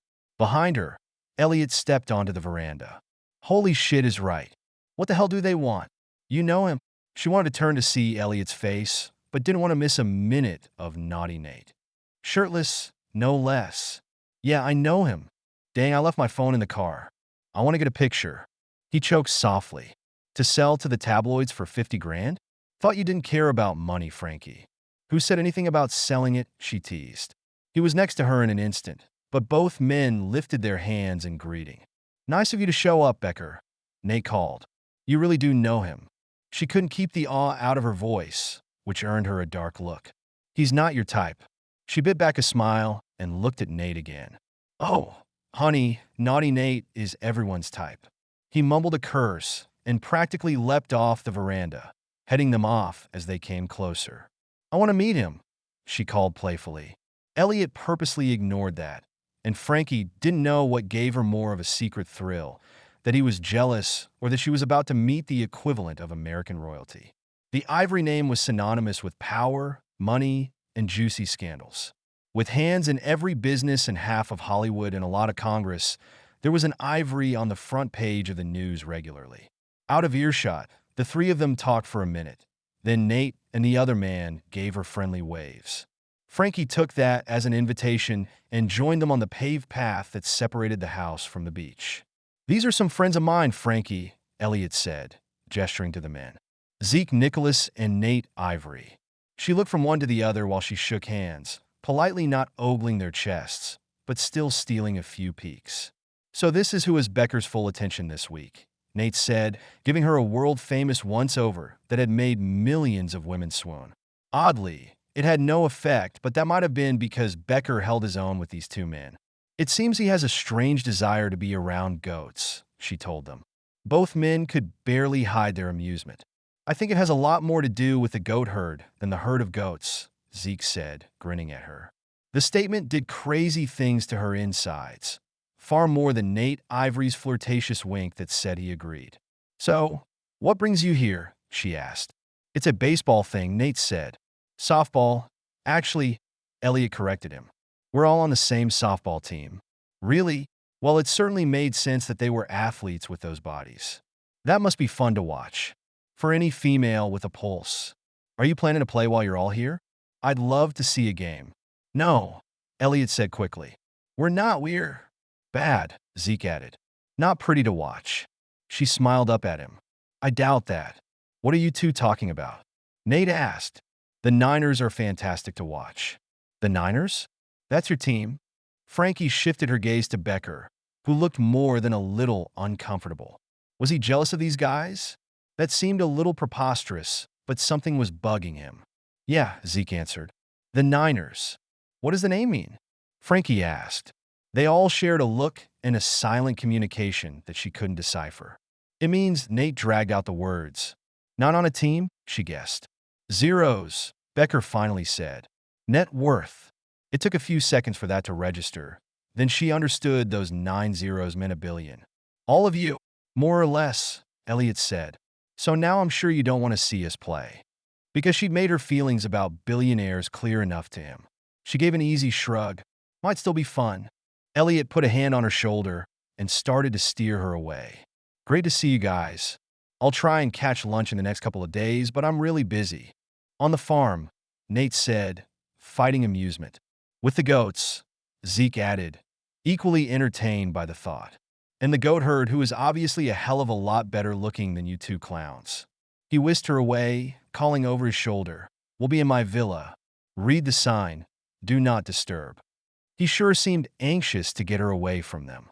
Or at least alone in the villa. Asterisk, asterisk, asterisk. Elliott wasted little time throwing the rest of what he needed in his bag, making sure Zeke and Nate were gone. He'd warned them off any mention of the baseball stadium, but the chance of letting something slip worried him. Plus, witnessing Nate flirt with Frankie irked the crap out of him. She was his, at the moment. Anyway, this place is really amazing, she said as he came out of the bedroom with his bag. As you said, it beats the double wide. He gave her a wink. Anytime you want to move over here, I'm game. She angled her head and gave him a get-real look. I'd like to see more of the resort, though. Especially because I have a meeting with the spa manager this week. Can you give me a tour? He'd risk running into Nate and Zeke again, but it beat goat work. Sure. An hour later, Elliott snagged a picnic lunch from the restaurant and persuaded Frankie to walk to the nearby harbor, where they settled on a wide, whitewashed dock to enjoy the afternoon sunshine. It was warm enough that Frankie slipped off the sweater she wore over a strapless sundress, revealing shapely bare shoulders and a surprising sneak peek of cleavage. He couldn't help admiring the lovely picture she made as she leaned back on her hands and lifted her face to the sun, which, despite being February, was quite warm. "Your friends are funny," she said. "And that Nate is as good in 3 dimensions as he looks on the covers of tabloids in 2." He faked a choke. "And here I thought you were different from most women." "I am," she insisted, taking the cold shrimp he offered. "But I'm still human." He looked skyward. "Change the subject." "Deal. What do you want to talk about?" "Her land. Besides a deathbed promise, what else was he taking from her?" The question had plagued him, and it felt like the right time to ask. "So, what exactly are your plans for your grandfather's farm?" "It's my farm now," she said quickly. "And my plan is to fulfill the vision he'd always had. La dolce vita. The sweet life." He'd heard the expression. That's what Nano called it. He didn't want to turn it into some big high-tech farm, but he always wanted to see it be a little country store and destination for families. Before Casablanca was built, not enough people came to Elfna Bay to make that a reality, which is part of the reason I fought him on it and wanted to go in a different direction. But now I see the wisdom of his ways, and that's exactly what I'm going to do. Except, she wouldn't if La Dolce Vita was transformed into an access road and stadium parking.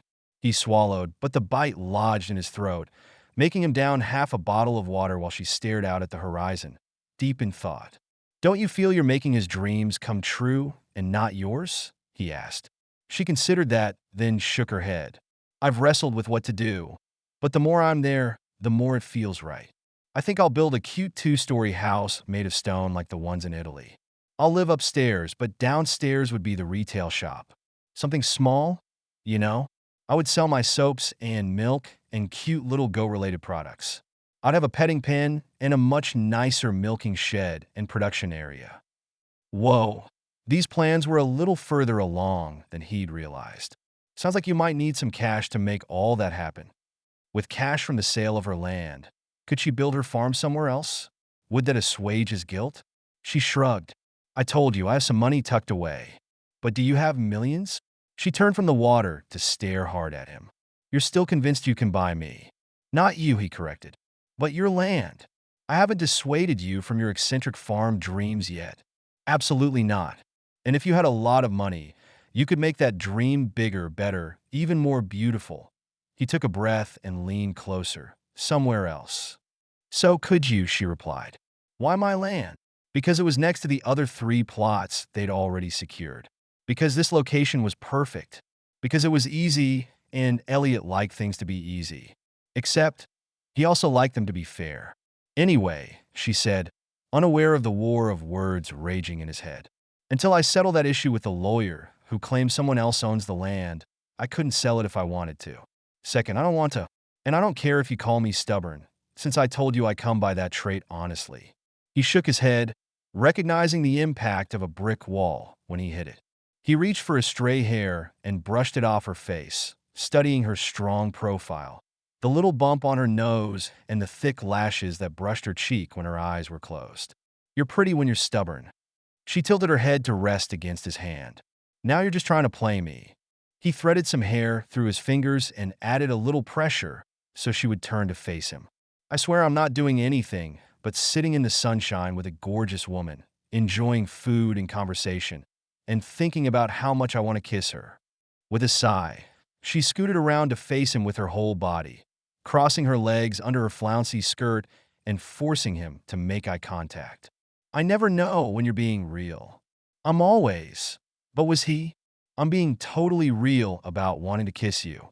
She shook her head, helping herself to a chocolate-covered strawberry, nibbling while she scrutinized him. "I think I know what bothers me most about you, Becker." She pointed the bitten end at him. He had a laugh. "Now there's a loaded statement. Sounds like the whole bother list is pretty damn long." "Endless," she agreed with a wry smile. "But this is the big one. Sometimes you're Texan, sometimes you're not. Sometimes you're cocky, sometimes you're sweet. Sometimes you play a little slow on the uptake. Sometimes your smarts are daunting. Sometimes you say you're on my side. Sometimes you're clearly on the other team. For a long time, he said nothing, debating all of the different possible responses to that, and not liking any of them. And sometimes, a slow smile curved her lips and her eyes sparkled as she flipped the strawberry stem on a paper plate. I really like you, and yeah, sometimes I want to kiss you too. I don't want to hear about the other times, he said softly, meeting her almost halfway. Let me know which Becker you like, and that's the one I'll be. She popped back. See? That's what I don't like. The ability to change and shift and transform to suit the moment. You do that, you know. Why lie? I know. I like things to be expedient. So I've learned to, I don't know, he dug around for the least offensive way to describe himself. I've learned to blend in with whoever I'm around, he finally said. She curled her lip like her last bite had been bad. Don't you want to fix that trait? I'm not quite 30 yet, he said. I will in time. Then call me when you do, Becker. She reached out and trailed a feather-light touch on his cheek. If it's the guy I like, I might be up for some of that kissing you mentioned. If it's the phony guy who says what he thinks he needs to say to get what he wants, I'm out. He snagged her wrist before she could pull her hand away, wrapping his fingers around the narrow bones. I want to be the Becker you like, he said gruffly. Just be the only Becker there is. I mean, how can you be anyone else? He rubbed his hand up and down her arm, then let their fingers entwine as he managed to get a little closer. I moved a lot as a kid. She regarded him, silent, waiting for whatever that had to do with his ever-changing personality. A lot, he knew. I developed an incredible ability to fit in no matter where I was. Vermont, Texas, Carolinas, big city, small town on the base or off. Every year or so I was in a completely new environment, and I knew survival depended on fitting in. Lousy excuse for being a phony. She shot back, the utter lack of sympathy causing a ping inside, but not really surprising him. I'm not phony, he insisted. I prefer to think of myself as a chameleon. She rolled her eyes. Semantics. Fake is fake. I'm not fake. I don't see what's wrong with bending with the wind a little if it makes other people happy and moves things along smoothly. When I'm hanging with my softball team, I'm one of the masters of the universe with 9 zeros. When I'm doing a deal, I'm a commercial real estate mogul. When I'm home with my folks, I'm their ordinary son. Who are you right now? He smiled and opened his mouth, but she put her fingers over his lips. The honest truth, Becker. No jokes, no saying what you think I want to hear. Right now, who are you? A guy who really, really wants to kiss you. He leaned closer. Honest, unwashed truth. She shook her head. And you're also that real estate mogul who wants to buy my property. He gave a shrug, not denying that. He wants to kiss you too. He closed the rest of the space between them. A lot. He expected her to dodge him, but she stayed perfectly still, letting him place his lips on hers for a slow, tender kiss. A strawberry and chocolate kiss. As warm as the tropical sun and light as the bay breeze that lifted her hair and ruffled her skirt. With a barely audible moan, she tilted her head and let him intensify the contact, their clasped hands separating so they could add light touches. He caressed her bare shoulder, and she tunneled her fingers into his hair. I like this, Elliott, she whispered into the kiss. But I don't know when you'll change. As much as he didn't want to, he leaned back, far enough to allow their eyes to focus. I don't change. I adapt to a situation. It's me, all the time, but I won't deny I know how to work people to get what I want. Is that so bad? She smiled, shaking her head. Only to the people who are being manipulated by you. And I have a feeling I'm one of them right now. You call it manipulated, but I call it really nice and natural kissing. He underscored that with a longer, deeper kiss, teasing her lips and teeth with his tongue, enjoying a pure rush of pleasure through his body. His hands slid into her hair, easing her even closer. God, you smell pretty and taste good. She let out a little sigh as he dragged his lips across her cheek and along her jaw. You smell like that soap I used in the bathroom, he murmured. I made that. Nice work. Her throat caught, making him want to explore that skin with his lips, too, but she backed away. And speaking of soap, if I don't stop making out and start making soap, I won't have a batch ready for that meeting with Jocelyn Palmer. So, she was trying to push away, but he did his best to hold her in place. Am I really going to lose to goat's soap? He asked. Goat's milk soap, she corrected. And, yes, I need to get back to work. He let her stand, easily rising with her. I can help. But she hesitated as he got closer, looking up at him as he loomed taller. There's nothing for you to do. It's a one-person job. Then I'll watch and inspire. She made a face of pure disgust. How on earth am I going to get rid of you? Don't you have something else to do? Sell buildings? Count your money? Play with your niners? He shook his head, slipping his arm around her. Nope, you're all I've got this week. Lucky me. She snorted with derision, but he could tell she didn't mean it, not the way she was looking at him. I wish you were real, Elliott Becker. You're funny and great-looking and kiss like a dream. I am real. What do I have to do to prove that to you? She pressed a little more into him, her curves fitting nicely against him, her upturned face as beautiful as any view around him. Kiss me again. With pleasure. Lowering his head, he tightened his embrace and kissed her mouth, lifting her up to her tiptoes and into his body. This time he didn't let go, opening his lips and letting their tongues curl and collide, dragging his hand down her spine to settle low on her back and press a little more. She let out a tiny moan of pleasure, and her fingers tightened on his arms. Both of their hips rocked imperceptibly toward each other in a natural, ancient, raw movement that neither one could have stopped if they'd wanted to. Blood thrummed from his head to his lower half, and her body shuddered at the first pressure of his. Finally, before he grew so hard he couldn't hide it, he let her go. How'd that feel? Goat girl? Real. He gave a smug smile and took her home. Chapter 8. On any other day, Frankie found the process of making soap from her goat's milk relaxing and pleasurable. Today, with Elliott right behind her, glued like a shadow, taking every chance to touch or bump or make body contact, she was anything but relaxed. Each touch was electrifying. Ozzy circled Elliott's feet, staying as close as possible while the goats positioned themselves around the kitchen area of the milking shed, mostly content to watch. Not Elliott. He wanted to be right on her heels, or ass, to be more precise, nosing over her shoulder, asking clueless questions, making her jittery. He practically kissed her ear as he leaned over her to watch her stir the lye into the mixture. Back away, or you'll get burned, she warned. But of course he didn't. Is that stuff making the soap hot? Kind of. Like he was doing to her. Ugh. She had to give him something to do, or she'd melt like the waxy soap ball. What are you good at, Elliott? Besides everything? She laughed. In the soap-making department. Whatever you need me to do, I'm good at it. She had to smile at his infectious confidence, inexplicably attracted to it. You're probably pretty good at marketing. I need to come up with some catchy names for my fragrances. See that row of bottles? She indicated the shelf stocked with tiny vials of essential oils she used in the soaps. Go smell them and tell me what they make you think of. Okay, do you have a certain theme you're looking for? Something that would capture the essence of this island, I think. Something that has a local flair, so it would be tropical and beachy and sun-washed. Sun-washed. He gave a soft laugh as he unscrewed one vial and sniffed. Whoa, too strong for sun-washing. Well, I dilute them, and be careful, some of them are super potent. It's best to put a tiny dab on a cotton ball and sniff that. After a second, she heard him inhale deeply. Oh, that's nice. Smells like a really sultry woman. Someone who likes to. She cringed, not knowing what to expect. Milk goats. He was close to her again, so close she startled, almost dropping the spatula. Without warning, he lifted her hair, exposing her neck.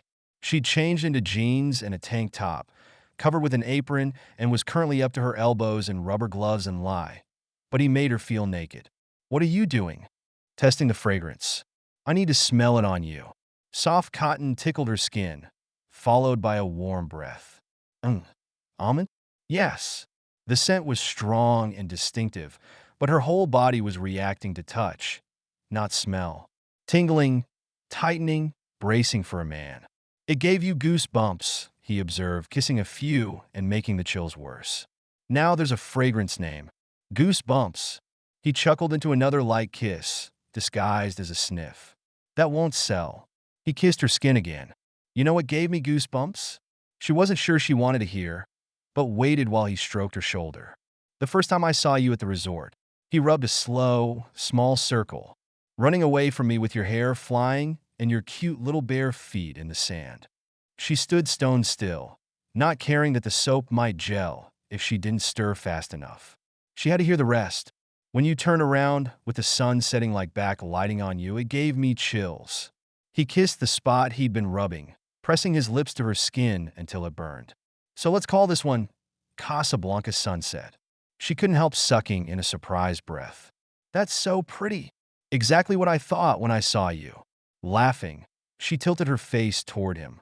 You really are good. Gifted, in fact. He let their foreheads touch. One down.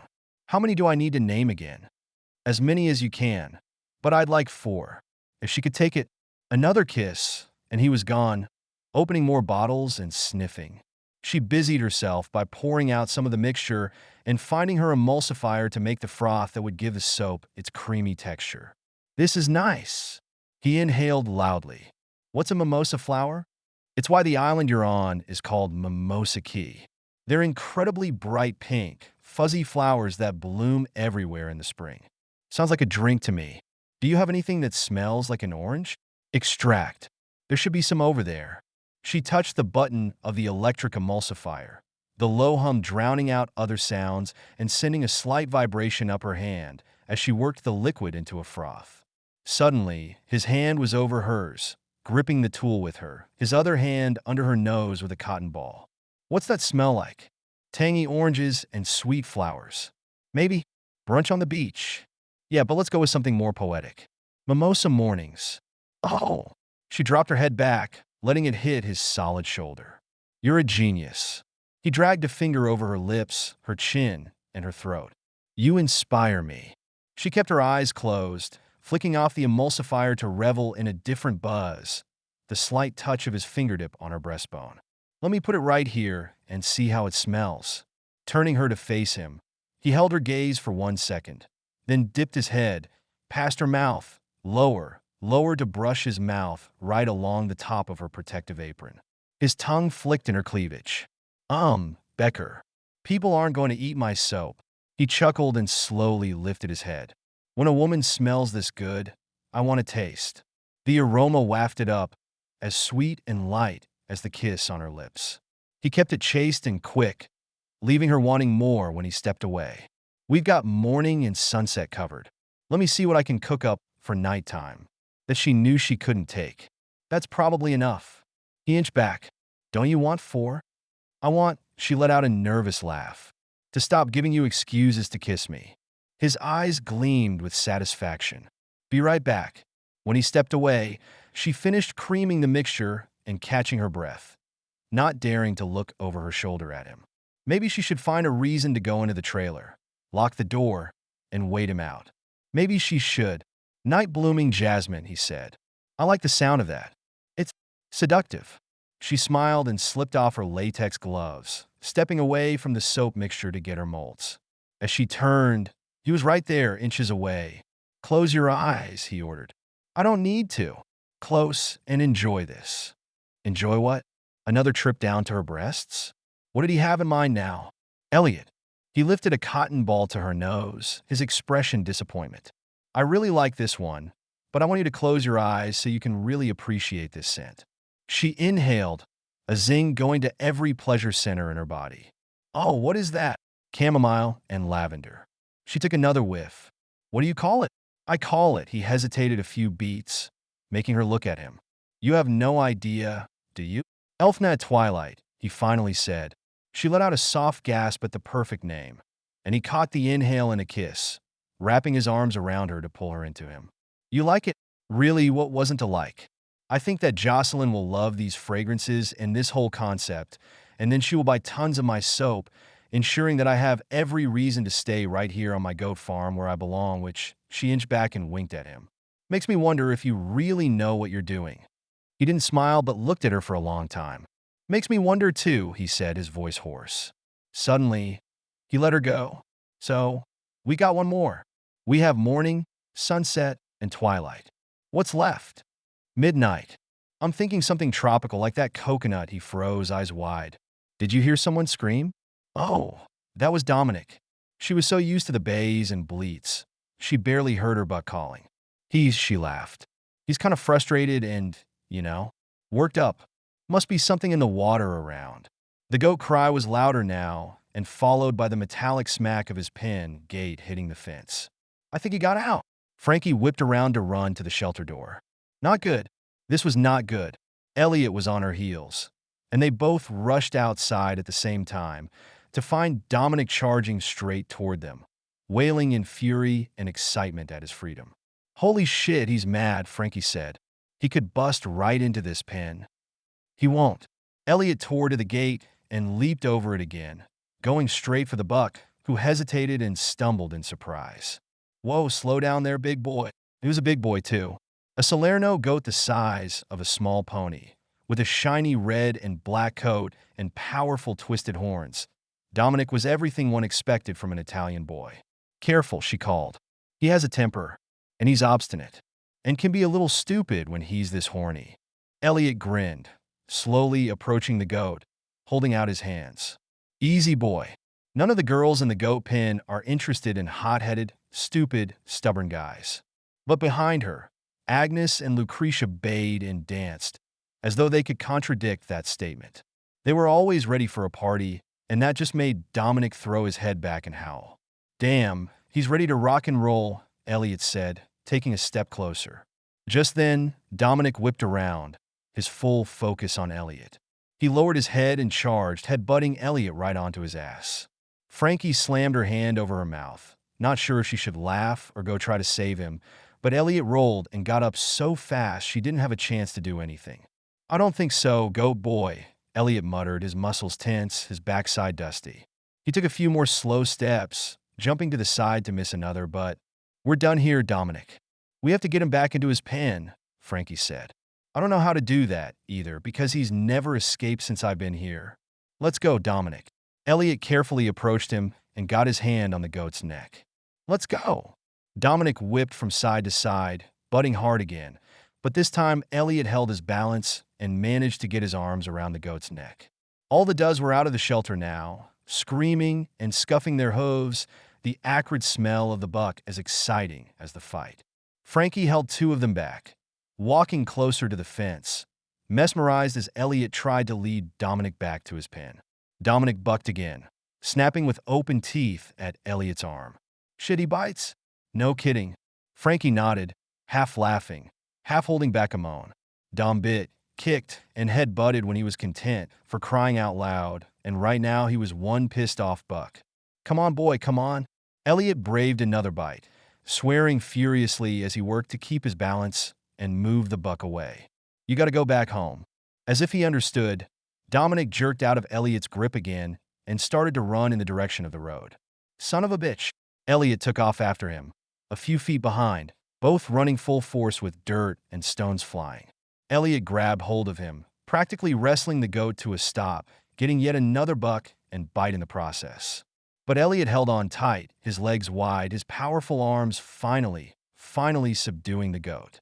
We're going home, Elliott said through gritted teeth, clearly in control now. Move it!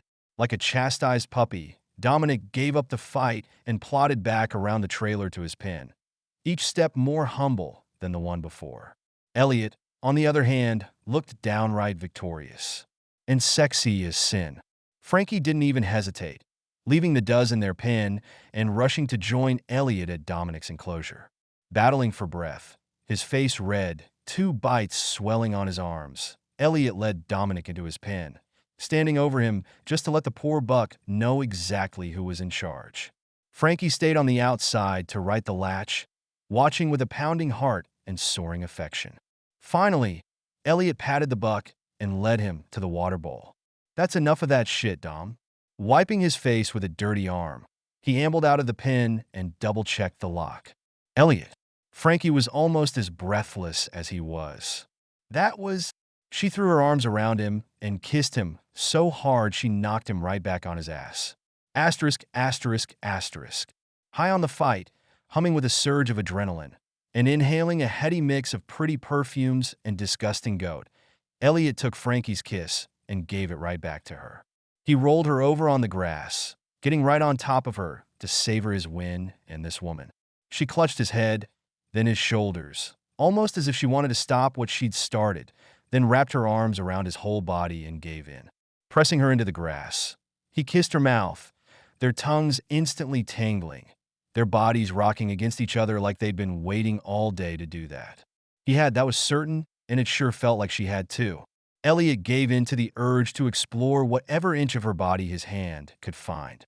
Face, neck, shoulders, then he slid lower to her breast, making her hiss in a breath when he brushed over her nipple. "Looks like more than one gate broke around here, Frankie," he teased between kisses. "I just wanted to thank you." She was fighting for control, he could tell. And every time he touched or kissed her, she lost a little more of the fight. They rolled again, and this time he pulled her on top, loving the pressure of her body on his, already responding with blood rushing to harden him. Her eyes widened as she felt that between her legs. "You know," he whispered with a sly smile, "we can't let poor Dominic see this. He'll go nuts." Laughing, he pushed her up and brought them both to a stand, kissing her again and walking her away from the pens, around the trailer, to the shade of a massive oak tree. Still joined at the mouth and hip and hands, he leaned her against the tree trunk and pushed his entire body against hers as they kissed. His fingers found the apron tie in the back, snapping the string so he could get one less layer of material between his body and hers. But it was stuck around her neck. "Take this off," he ordered. "Becker, not everything, just the apron. I have a no-apron make-out policy." She put both hands on his shoulders and inched him back. "You have 2 buck bites on your arms. Your face is bleeding, and my guess is this." She gave a gentle squeeze to his ribs, making him grunt in pain. "Hurts like a mother." Still cringing, he nodded. "But so does." He rocked his lower half into her, biting his lip to hold back a groan of pain and pleasure. "This." She searched his face, desire crashing with common sense in her golden brown eyes. "I should take care of your other injuries first." "First?" His smile tipped up. "That's encouraging. Becker, come on. I barely know you." He slid his hand up her arm, lingering over her shoulder, tempted to take it south and torture her by touching her breasts again, but he dragged his palm in the opposite direction to cup her jaw. "What better way to get to know me?" "Oh, I can think of several. Talking. Exchanging information. Watching you to see what kind of man you are. I'm a buck saving, goat to clipping, soap naming, hay baling, assistant goat herd." She laughed. "Well, when you put it that way, what more could I want?" "Exactly." He smothered her neck with kisses again, licking her lightly until he got to her mouth, where he gave it full force. She stiffened and melted and moaned, meeting each sweet press of his lips with one of her own. "Becker," she gave his bruised ribs another squeeze. "Hard. Yow. Let's get you cleaned up and in a shower." She reached up and kissed his cheek, stinging the spot where he knew a goose egg was growing under his eye. A cold one. She should have said freezing, because 15 minutes later, he was stuffed into a hobbit-sized shower under biting cold spray. But after having Frankie's tender hands all over him with antiseptics and wet cloths, he needed a cold dousing. Facing the stream of water, he closed his eyes and ignored the sting on his cheek where he'd come in direct contact with a goat horn. He breathed carefully, since every deep inhale hurt his ribs. But the pain wasn't what shot fire through him. It was the memory of Frankie under him, the hunger in her kiss, the smell and taste and rawness of their connection, which was so real. She might think he was a fake, but this attraction was genuine. He glanced down at his growing erection. Didn't that prove it? He leaned against the plastic wall, slightly out of the stream of water, automatically fisting himself and thinking about the way her breast had felt in his hand. The first stroke just made his stomach drop, so he let go, blinking water out of his eyes to find some soap. Not seeing any, he took a steadying breath and put his face under the water, unable to resist the burning need to touch himself again. To imagine her slender, feminine hands stroking him just like that. "You need soap?" His eyes popped open at the sound of Frankie's voice on the other side of a flimsy white shower curtain. "Yeah." His response came out gruff as he flattened his hands on the wall to keep them off his dick as the water picked up temperature. "Bet you have plenty of that, huh? And none of it has a name yet." Her hand reached in, holding one of her brown and yellow bars of goat's milk soap. I call this one morning shower. Reaching for the soap, he captured her hand, too, giving it a slight tug. Man, do you lack imagination? She laughed and slipped out of his grip. That's why I need you. He took the soap and sniffed. Spicy, he said. Yes, there's sage in there. She was so close, just one thin piece of plastic away. All he had to do was slide that curtain, and instead he rolled the soap in his hand, foaming up. Nice lather. That's not a very good name. Laughing, he gently soaped his ribs. Shit, that hurts. I'm afraid shit that hurts won't sell, either. The curtain moved slightly, and he waited, not breathing, but she didn't draw it back. I was thinking about something a little more, sexy. Got anything? Right here, sweetheart. He stroked himself, once, quickly, closing his eyes as the suds intensified the pleasure against his insanely sensitive skin. I might be able to come up with something. He heard her throat catch with a laugh. You know what I mean? Does that scent make you think of anything evocative? Like her mouth when she opened it to his, or the sweet curve of her ass when she bent over to pick up a milk bucket? That was evocative as hell. With his palms covered with lather, he tried to wash his body, but his hands just went right back to the place where he wanted her fingers to be. Sliding up and down, fondling his tingling balls, rounding the tip with her. Got anything? She asked. Other than a raging boner? Let's see. I'm thinking about sliding. Into you. She chuckled. Very sweet, but you isn't going to sell soap. How about some words like that? He squeezed himself, unable to fight the battle now. He could have sworn she laughed. Like, I don't know. I'm not very good at this. Luscious? Can you work with that? Her lips were luscious. If they would just close over him, right? Yeah, that's good, but I know, she agreed. Not good enough. Not nearly, but he couldn't stop now. He pumped a little harder, fighting to hold back any sounds of his self-pleasuring, silently rocking his hips and wishing like hell he was rocking into her. Succulent, she suggested. Yes. Please suck it. Sweet. That would be so damn sweet. Oh, how about tantalizing? She dragged out the word, low and sexy, and just enough to put him right over the edge. Sultry? Sensual? Steamy and, Elliott? Elliott, don't you have any words for that fragrance? Yeah, not anything that would go on a soap label. Nothing terribly soapy. Try harder, if you insist. Giving in completely, he leaned against the wall, biting his lip to keep from grunting, pumping furiously now. It just isn't good enough, real. She laughed again.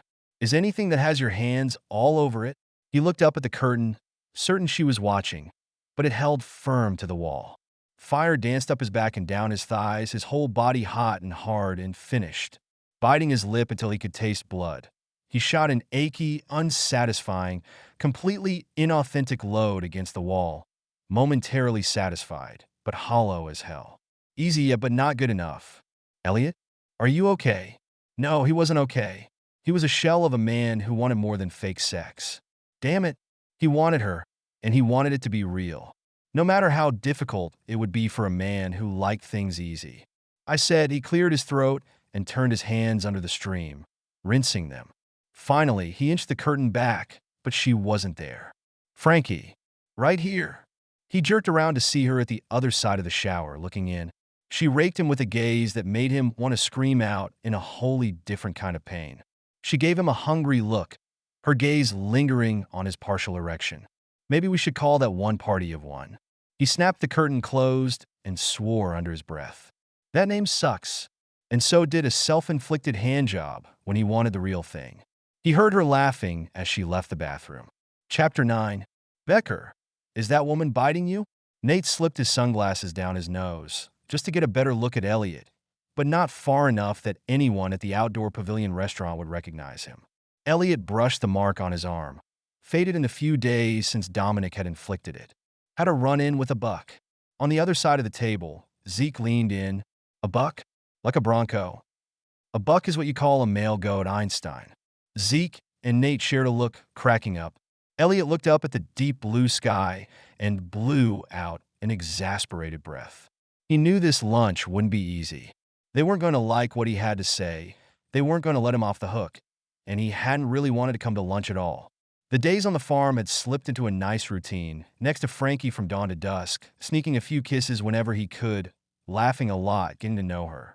And hell, he'd finally gotten promoted to the sofa at night. Surely a move into the bedroom couldn't be far away. It was inevitable, except he couldn't do it until he got out from under the only dark cloud in his otherwise blissful week. And that's what he'd come to tell these guys, whether they liked it or not. "What's so funny?" he demanded, taking a sip of a spicy Bloody Mary. "It's just Zeke tried to keep a straight face but failed." "It's you," Nate supplied, knowing about goats. "If you don't think that's fucking hilarious, then you're dead inside." But he wasn't dead inside. And that was the problem. For the first time in recent memory, and that went back years, Elliott felt completely alive. He wanted a woman in a way he'd never imagined possible. And he couldn't have her until his ill-conceived plan to screw her out of her land got killed. "Goats happen to be very cool," he said. "And there's good money in goat's milk and the products. They're among the fastest-growing domestic animals in the world." Zeke had to bite his lip, nodding, mirth dampening his eyes. "I'm sorry, Becker, but goats?" Ire and defensiveness zipped up his spine as he thought of all Frankie had been teaching him about goats this week. They aren't just cute little weird animals, you know? People like to visit them. Kids love to pet them, and women buy the goat's milk products. And goat's milk. Zeke held up two hands in surrender. "Sorry, you're right." He couldn't wipe the smile off his face, though. "Really, that's good." "You're right." "Damn right I'm right," he said, reaching for his drink, but choosing cold water instead. His throat was parched with the pressing need to say what he had to say, hear them piss and moan about the change in plans, and get back to Frankie. Nate seemed less amused by the goats, though it was hard to tell with his shades firmly in place in his never-ending effort to hide in a crowd. He rarely appeared in public without sunglasses, knowing every iPhone in the joint would be taking pictures and videos, and the line for autographs would form at the right. Maybe not in a classy place like Junonia, the outdoor restaurant near the pool at Casablanca, but for the most part, fame and the Ivory family fortune haunted Nate. "You know what I think?" Nate said, leaning down just enough so his hazel eyes peered over the rims of his Ray-Bans. "I think something doesn't smell right, and it's not just the goats." Nate might have been bad to the bone, spoiled rotten, and competitive to the point of death, but he was also surprisingly intuitive. "What makes you say that?" Elliott asked, although he knew the answer, and he was grateful for the door his friend had opened for him. "I think you're getting a little too cozy with the goat girl, and you're dreading the moment she finds out you screwed her in more ways than one." "Just one," Elliott admitted. "I've only screwed her on paper. So far." Nate and Zeke shared a look that said they didn't buy it. Well, too bad. It was the truth. He hadn't slept with her, but he wasn't going to be able to hold off much longer. She'd made enough overtures and responded to enough kisses to know the feeling was more than mutual. The only thing stopping them now was the look on her face when she found out he'd slipped come over a deal on the side and stolen her property. A white-hot splash of self-loathing rolled through his gut. But these weren't men who responded well to letting emotions get in the way of profit. Especially Nate. There had to be another way, an easy solution. Elliott always found the easy way, no matter how hard it was to spot. He blew out a slow breath and turned to look at the beach and horizon on his right. "When you did the first site reviews, Zeke, did you talk to the owner of the land exactly to the east of the top end of her farm?" Zeke shook his head. "It's scrub, utterly useless land. But who owns it? I never bothered to look it up because the land didn't pass the most fundamental feasibility study. You're in the real estate business. You know useless land when you see it. You're the expert." Someone had once told him a particular piece of land in Massachusetts was worthless because it was too hard to dig a foundation, and so far, that land had made him a very rich man. Feasibility studies could be proved wrong. "I want to talk to the owner," he said. "Don't bother," Zeke said. "The cost to clear that kind of land and make it usable for our needs would be astronomical." Good. If a problem could be solved with money, it wasn't a problem. But if we used that plot, she could keep her farm. No, she couldn't. Nate was pissed enough to take his glasses off to make the point. "I was just in Miami with Flynn and saw a preliminary site drawing of the whole stadium complex. There is no physical way to follow any configuration that Flynn has had drawn up without putting parking somewhere on her land. And that's where it's going unless you're too whipped by a goat leash to put it there. Look, couldn't the parking somehow include her goat farm? He'd been thinking about this, but hadn't yet put it into words. It could attract tourists. Nate hooted softly. Yeah, 'cause people always want to stop at a goat farm when they go to a baseball game. Geez, Becker, I know we give you shit about being a moron, but in this case it might be true. But he likes her, Zeke said, all the amusement gone from his eyes now, replaced by understanding and rationality. Thank God. And he's trying to make her happy and give her what she wants. Nate must have agreed, because he fell back in his chair and threw his hands up in resignation. Well, there you go. Another one bites the dust. What dust? Except Elliott knew exactly what dust he meant. Might as well start recruiting new team members for the Niners right now. Oh, hell, why don't we just change the name of the team to the Bucks, in honor of our goat lover and former third baseman? Elliott knew what Nate's comment meant.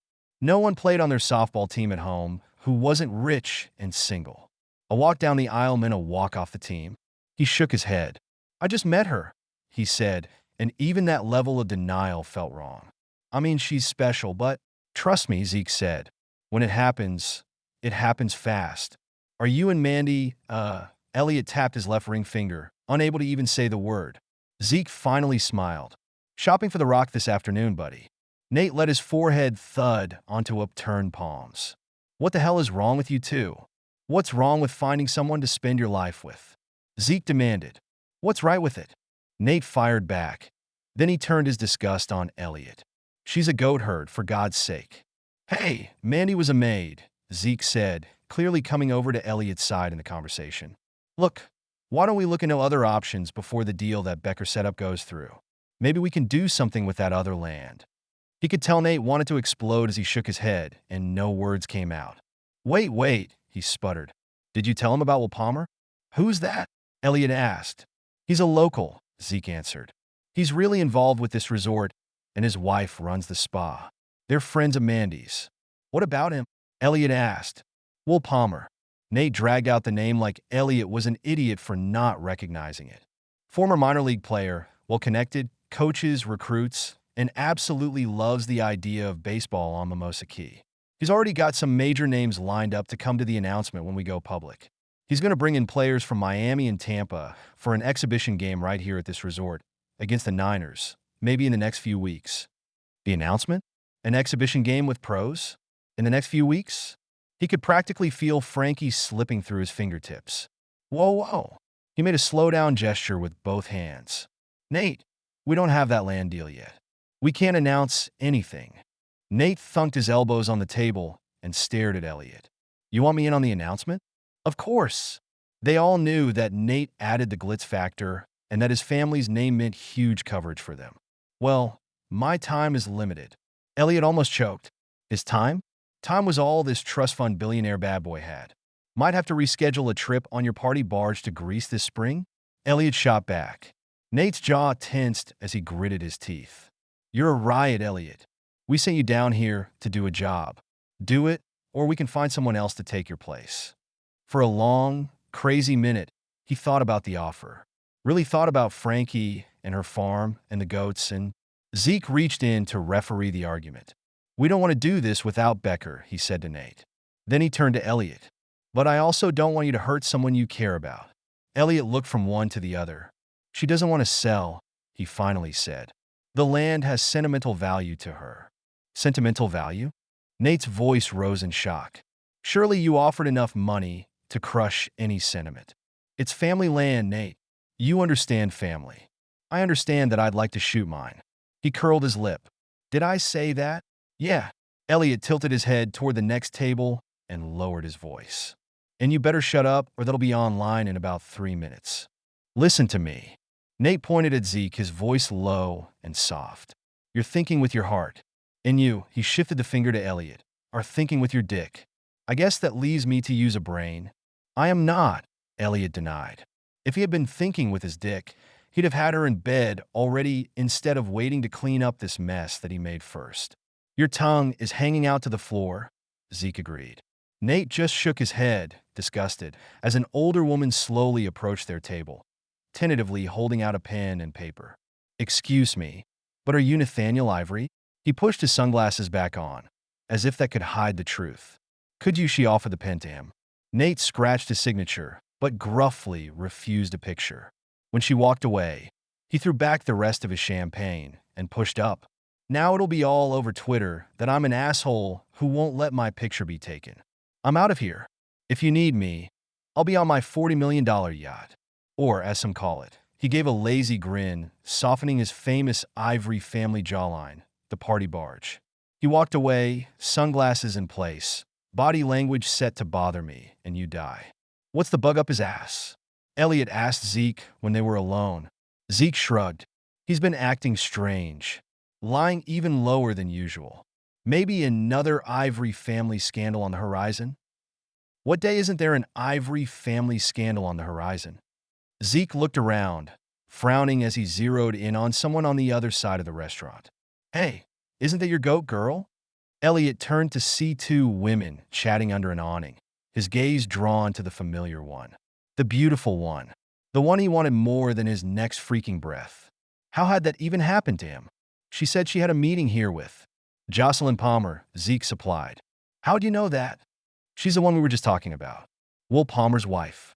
Zeke frowned and gave Elliott's arm a warning tap. "Will knows about the baseball stadium, so it's a safe bet his wife does too. And Will knew where we were going to put it, so shit." Elliott pushed up. "I should find an excuse to get those two apart." Zeke pulled out his phone. "Good, you're leaving. I'll call Mandy." His voice was totally without sarcasm, just happiness. "It's good, isn't it?" Elliott asked. Zeke beamed. "Like nothing I've ever known." That hollow feeling that had gotten so familiar in the last few days deepened in his chest. "Do me a favor and look into that other land. I'll cover the clearing costs, no matter how astronomical they are. I'm getting out of the first deal I made." "I will. I'll work on it this afternoon, but you have to do me a favor," Zeke replied. "Whatever you need, buddy. Don't fight it." Elliott knew exactly what the other man meant. "I'm working on it." "No, I mean it." Zeke stood up to level Elliott with a straight gaze. "You always go for the effortless way out of things. If it's real, it's worth doing the tough stuff, even if it hurts." "Tough? I've been living in a trailer and cleaning up goat shit for her. It can get much tougher than that, my friend, especially if you want it to be real." Elliott turned again to look at her, just at the very moment she spotted him. Her face brightened, and her smile blinded, and, damn it, his every nerve cell threatened to fry. "Felt real enough." "It is real," he said softly, unable to take his eyes off her. "Not as long as you're lying to her. It's not." His heart dropped a little. "Look, I'm going to tell her everything, but not until after I call that lawyer and kill the deal. It can't be pending. She'll never believe me. I'll track him down this afternoon and pull the offer that I put in." "And then what?" "Then I'll tell her," and he finally turned to Zeke. "Who knows, Einstein? Maybe the Niners will be looking for 2 replacements." Zeke gave him a nudge. "Get her done, cowboy." Elliott snorted. "I'm no more of a cowboy than you are. But you are a straight shooter. If you want to talk to Burns first, do it, but make it right with her as soon as you can." "I will." Any minute. Asterisk, asterisk, asterisk. Frankie's soaring heart rate had to be her excitement over how well the meeting had gone with the spa manager, who'd walked her outside to say goodbye. It simply couldn't be the sight of Elliott Becker on the pavilion having lunch with his friend, his dark gaze locked on her like she was his one and only target. Except he'd been looking at her a lot like that lately. And every time, 1,000 butterflies in her stomach made a mockery of her attempts to be cool. But cool had become warm, and warm was fast reaching the boiling point. She wanted him. The kisses, the touches, the secret looks and sexy words, and his poor, pathetic attempt to hide her effect on him in the shower. It had taken every ounce of self-control she'd ever had not to climb in there and finish the job for him, and every time he'd taken a shower since then. She'd been relieved when they'd gone off in different directions this morning, happy to have some time where her head didn't feel light and her limbs heavy with need. "I know, it's amazing." The comment yanked Frankie back to the moment, and she instantly returned her focus to Jocelyn Palmer, who was still holding and smelling some of the soap samples. She closed her eyes and inhaled the mimosa and orange bar. Mimosa mornings, she said with a smile. I just love how you've given these such incredible names and tied them all to the island. We could have so much fun with that. I already have, Frankie said with a laugh. We are all about locally grown. Jocelyn's dark eyes gleamed with an inner peace and joy that Frankie already admired. In romance, she said, with so many destination weddings booked, I'd love to offer these perfectly named products in welcome gifts and baskets, if you're ready to ramp up production. Our brides might like them for wedding favors, too. I can be ready. Frankie turned to follow Jocelyn's gaze, not the least bit surprised to see Elliott striding across the deck toward them, a black polo accentuating every muscle, even though it hung loose over casual cargo shorts. He trotted down a few steps, extending a confident hand to Jocelyn. You must be the spa manager Frankie was so excited to meet with today. I'm Elliott Becker. The other woman's eyes widened a little, as if she knew the name. Well, he was technically a guest even if he hadn't spent one night in his villa. Hello, Mr. Becker. I'm Jocelyn Palmer. I see you're crazy about Frankie's amazing work. We were just talking about the great names they have, Frankie said, unable to resist leaning into him a little. Here's the man to thank, Jocelyn. He's a genius when it comes to that kind of thing. You have quite a way with words, Jocelyn agreed, but she kept looking at him, frowning slightly, and then she glanced at Frankie, obviously unsure of the connection. He's been visiting my farm for the last few days, Frankie said, hoping that would cover it. But aren't you part of the baseball thing? My husband is so thrilled about this. Just still smiling, he put his finger over his lips. We're really trying to keep it on the down low. The baseball thing? Did she mean that the Niners were here? Frankie waited for an explanation, but Jocelyn was already nodding knowingly. I understand, she said, but it won't stay quiet for long. Not on this little island. We're trying, though. Are you two finished? He gave an impatient tug to Frankie's hand, along with a look that said clearly how much he wanted to be alone with her. We were just playing with some ideas for more soap lines, Jocelyn said, missing the look completely. Later this year, we have 3 wedding planners opening up a new bridal consulting firm in the resort called Elfna Brides, so we need to really amp up the romantic themes around here. Elliott slid a comfortable arm around Frankie. We can work on some romance, he teased. Frankie laughed, but couldn't bring herself to pull away. I'm sure we can come up with all different themes and lines, Jocelyn.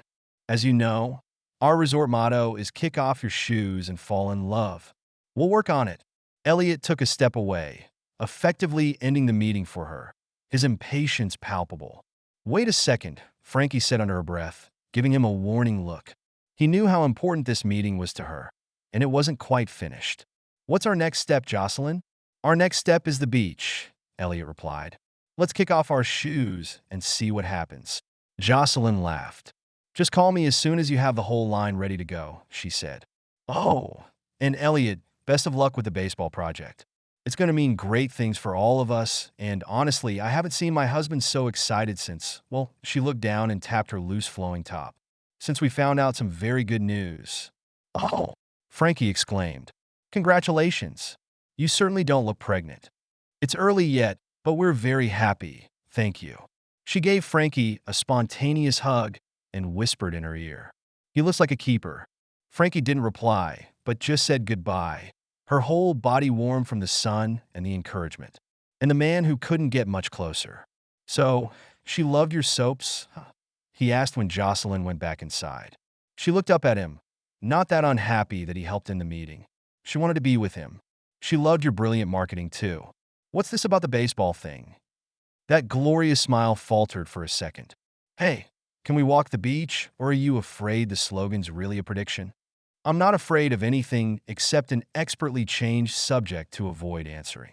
He laughed, his easy, breezy, I can't make anyone I want laugh that Frankie had already learned to discern from his real laugh. The difference, she'd figured out after many hours with him, was in his eyes. Right now, they might be on her, but something was flat in his gaze. No expert anything, he denied. You know some of my softball teammates are here, and you know one of them is Nate Ivory. Yes. Well, he hates publicity, as you can imagine. Gets enough of it, though. He nudged her out from under the awning and gestured toward the beach. Kick off your shoes, Frankie, and fall in love. She towed off her sandals, and he did the same to his docksiders and took her hand as they stepped onto the warm, fine sand. So, why would Jocelyn's husband be so excited about you guys being here? He's a former pro ball player, and Elliott looked out at the horizon, his voice fading as he seemed to get lost in thought. And, she prompted. He turned and looked down at her, his expression so serious she drew back. And he swallowed, searching her face, his seriousness growing downright dark. What is it, Elliott? And Wee shook his head. It's not important. It's just some dumb baseball stuff. Before she could respond, he pulled her into his chest, wrapping his arms around her and dropping a kiss on her hair. Tell me about your meeting with Jocelyn. Tell me about your plans for the farm. That's what's important. Closing her eyes, she let the moment wash over her. The sand in her toes, the man in her arms, the lightness in her heart. What's important, huh? You're awfully philosophical. Did you drink at lunch? He laughed. Busted. One Bloody Mary. You want one? She let out a soft moan, her head dropping back at how awesome that sounded. Yes. Let's go. She turned back to the patio restaurant, where her gaze landed on his friends, sitting at a side table, deep in conversation. I knew he'd come back, Elliott muttered, steering her in the opposite direction. Don't you want to join them? They're looking right at us. Let them. Come on, I have a better idea. He rounded the deck, scooped up their shoes, and led her to the back of the resort to the shaded, paved road that ran from the hotel to each of the private villas. At the main entrance, he snagged a golf cart, offered a hand to help her up, and drove away toward his villa, uncharacteristically silent. He definitely didn't want her talking to his friends. Are you really worried that I might be attracted to Nathaniel Ivory? She asked, not sure what to make of that character trait if it were true. No, he said simply, his jaw set in a way she wasn't sure she'd seen before. Without asking what was wrong, she hung on as the cart rumbled past picturesque villas, each tucked into their own tropical gardens. Some had front verandas that faced the bay, with completely private pools in the back. Others were situated so that their elevated pools offered bay views. All of them were gorgeous, including the last one, Rock Rose. He turned to her, not climbing out of the golf cart. Come inside with me so we can talk. Talk? They've been talking for days. Okay, she said, leaning closer. If you want to talk. She kissed him lightly. But I'm kind of talked out today. He fought a smile, a battle waging in his eyes, but still she couldn't figure out why he seemed so conflicted. She was practically inviting herself into his bed. We can talk too, he said. She smiled and lifted a shoulder. Whatever you want. She started to slide her leg out of the cart, but he gripped her arm, holding her there. Francesca. Her heart slipped around, helpless, as it always did, when he used her full name. I really like you, he said. I really like you too. No, I mean, he exhaled, frustration oozing off him. I want to talk and tell you. Hey. She wrapped her arms around his neck and pulled him close, putting her lips right over his ear. I got a bag full of sweet-smelling cotton balls that I need you to name. He grinned. If that's not the sexiest offer I've ever had, then I don't know what is. This. She covered his mouth with a kiss, as hard and hot and sincere as she could make it, and he melted almost immediately. At least his strange arguments melted. Nothing else melted. Only her heart when he scooped her up and carried her inside, refusing to put her down or end the kiss until she was lying on his bed, breathless and ready for him. Chapter 10. What the hell was wrong with him? Elliott's body was ready, so damn hard and ready, but something in his chest, probably in the vicinity of his heart, or worse, his soul, wouldn't make a move. Instead, Elliott slowly sat on the giant king-size bed. So, where are these fragrances? He asked. From under her thick lashes, she eyed him suspiciously. In my bag, which I dropped in the entryway when you butlered me into bed and then changed your mind. I didn't shit. I want to help you with your fragrances. With a soft sigh, she rolled off the bed and disappeared out the bedroom door. For a moment, he froze, wondering if she'd just given up on him completely. And part of him was hoping she had.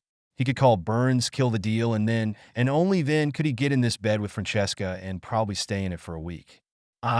Hell, he hated when shit that should have been easy got all complicated and difficult. Damn it, he muttered, falling back on the bed and throwing an arm over his face. Who was he? Smell. Frankie's hand closed over his arm, keeping it firmly over his eyes as a heady and rich aroma hit his senses. She straddled him on the bed without taking the cotton ball from under his nose. How's that? Nice. He used his one free hand to push her a little lower and get right over his. Really damn nice. What's it smell like to you? My sense of smell just gave in to my sense of. He rocked his hips against her bottom. Woman. Just a little, a traitorous voice whispered in his head. Just a few kisses and touches, and maybe he could tell her without. No.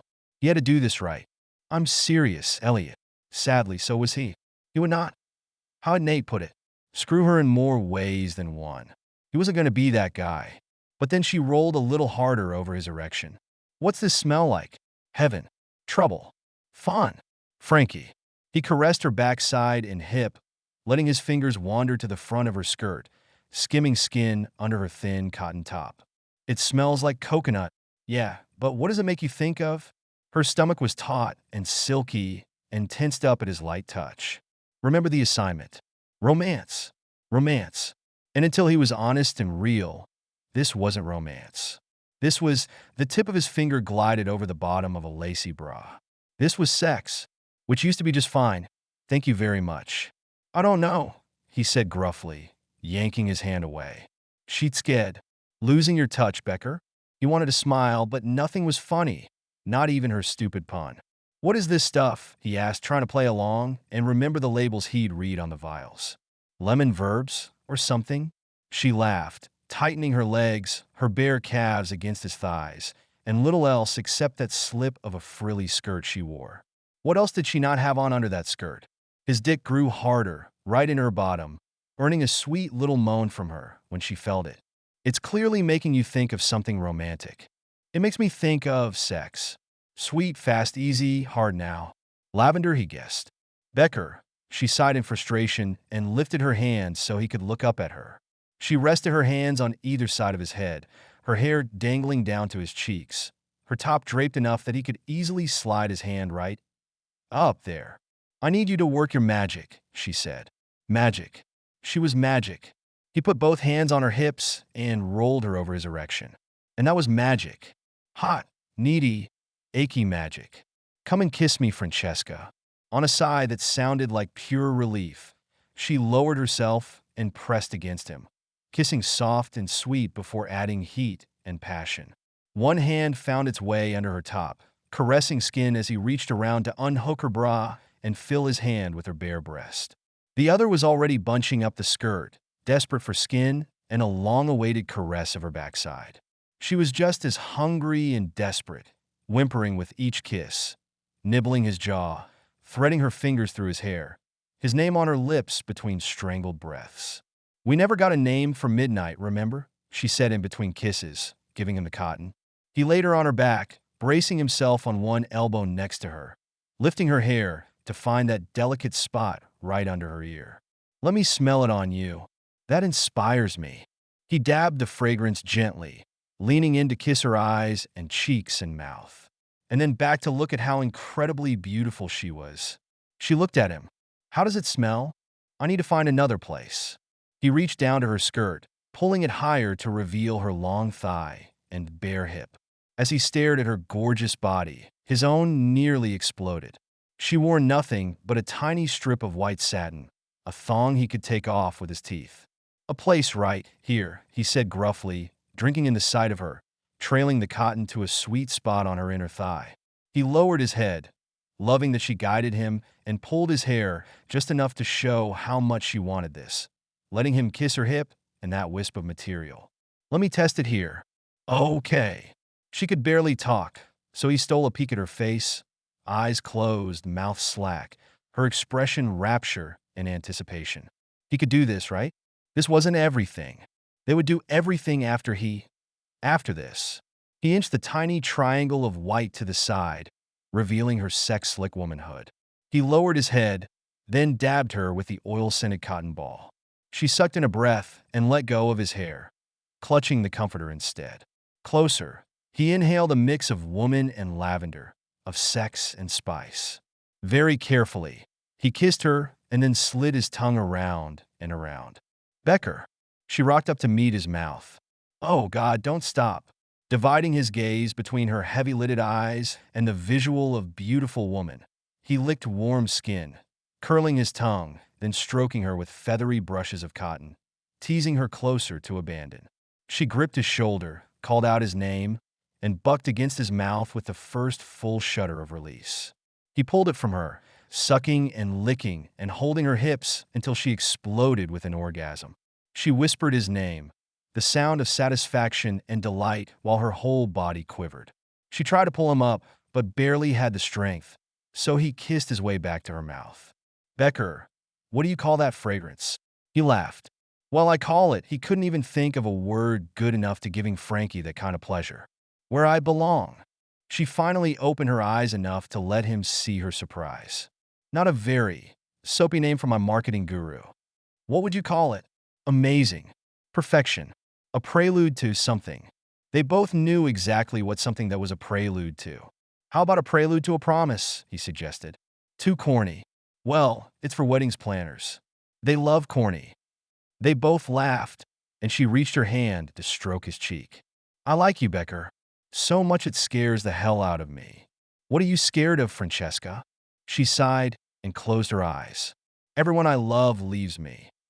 The admission was so simple and true, it hit like a punch between the eyes. He didn't even know how to respond, so he just lay down next to her, ignoring his body's needs to take this moment to connect. What are you scared of, Elliott? He thought for a long time, holding her hand, letting their heart rates settle back to normal. You're going to tell me the truth and be real, aren't you? She asked. Yes, but not yet. He couldn't tell her yet. He'd have to tell her another kind of truth. A different revelation. I'm scared that no matter what I do or where I go or how much I spend or make or accumulate, I will never be where I belong. Home. She sat up slowly, leaning on her elbow to look at him. Tell me why. And for the first time ever, he wanted to tell someone everything. All his pain, all his missing parts, all the reasons why he had a hard time being real. Because with this woman, being real was easy. Too easy. He'd never even thought there was such a thing. Asterisk, asterisk, asterisk. Yes, Frankie wanted to have sex with Elliott Becker. More sex. Real sex. But something was stopping him, and Frankie suspected he just wanted one last wall to come down between them. He wanted to tell her something that had been clear for a while now, and she wanted to tell him something too, so sex could wait. She had a feeling there'd be plenty and often. This sharing was far more important. They were both still fully clothed, but he nestled her into him, sliding a powerful leg over hers. He gently eased her head into the space, right over his heart, his chin against her hair. For a long time, neither spoke. Their breaths slipped into an easy unison, the afternoon sunlight slipping through plantation shutters to stream warmth on them. Frankie felt everything tense and scary and unhappy lift from her heart for the first time in a long time. Home, he finally said. He nodded, as though that sounded right to him. I'd like a home. She pushed up on her elbows again, certain she'd misunderstood the whispered words. Didn't you say you have a few already? I've got an apartment in New York, and I keep a place in Paris, just because, I don't know. It's pretty there. My parents retired to San Diego, so I have a place there, and I like to ski, so I bought a house in Aspen. And of course, my gold mine in Massachusetts, but I don't live there. My place in Boston is in Beacon Hill. She laughed softly. Okay, what's wrong with this picture? You just told me of, what, 5, maybe 6 different places you own, and none of them are home? You live there, right? And something tells me that apartment in New York isn't a walk-up. It's 9,000 square feet, 3 stories, with 5 different balconies and a 360-degree view of New York City. Holy crap, she muttered. And by the way, he said softly, not breaking the slow stroke of her hair. I looked up the quote. Money isn't the root of all evil. It's the love of money that's the root of all evil. Who said that? Shakespeare? God. It's in the Bible. Really? She hadn't known that. Still doesn't change my feeling about it or the fact that you own all that real estate and still don't have a place to call home. Because calling a house a home doesn't make it one, he said. Now don't get me wrong, I love my places. But you'll never hear me call them home. The apartment in New York is jaw-dropping, I know. I have great parties there, and I actually live in about one-fifth of it, which includes the kitchen, bedroom, and media center. But he shook his head. Nope, not my idea of a home. What is? I don't know. He was quiet for a few seconds, thinking. I started to think this week that his voice trailed off, and she didn't dare look up to see his face to figure out what he was thinking. Because if he was thinking, no, crazy fantasies. Stop it, Francesca. That it must be nice to have something that's been in your family and has history like that. Not exactly where she'd thought he might be going, that he might admit her home felt like it could possibly be his home. I've never lived anywhere for more than 18 months, he said. And now, I don't live in one place for more than a month or two before I jet off to the next apartment or house. I never had a room of my own, a structure full of memories, or, that place where you fall, where you can be. His voice faded, and then he laughed softly. A place where I can be myself. She smiled at him, getting it completely. So that's why you're a chameleon. You need a home base. Deep in her chest, so deep it was like a little black hole she'd never expected to find, a low, slow burn heated up, even though it terrified her. What if, could she be? Was there a chance to make a home with a man like this? So why not build a house in the burbs and live there? She asked quickly, trying to plug up that sensation. I don't know if I want that either. She slid her arm all the way around him, holding on to his substantial body, warm and close and so comfortable. I think, ladies and gentlemen, that we have found ourselves a man who can have everything but doesn't know what he wants. He looked at her, his whole expression soft. You're so damn right. I want, his voice faded and suddenly a guard went up. Imperceptible, but she knew it. You want what?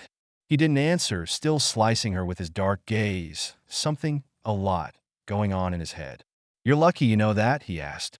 Because I don't have that pesky Pied de Terre in Paris or the 9,000 square foot place to keep clean. Because you found a place where you belong. I want that. I don't care if it's fancy or impressive or what people think I should be living in. I just wanted to be a place where, he shook his head, laughing. This is cheeseball, but I wanted to be a place where my heart is. Her own heart took a dip and a dive.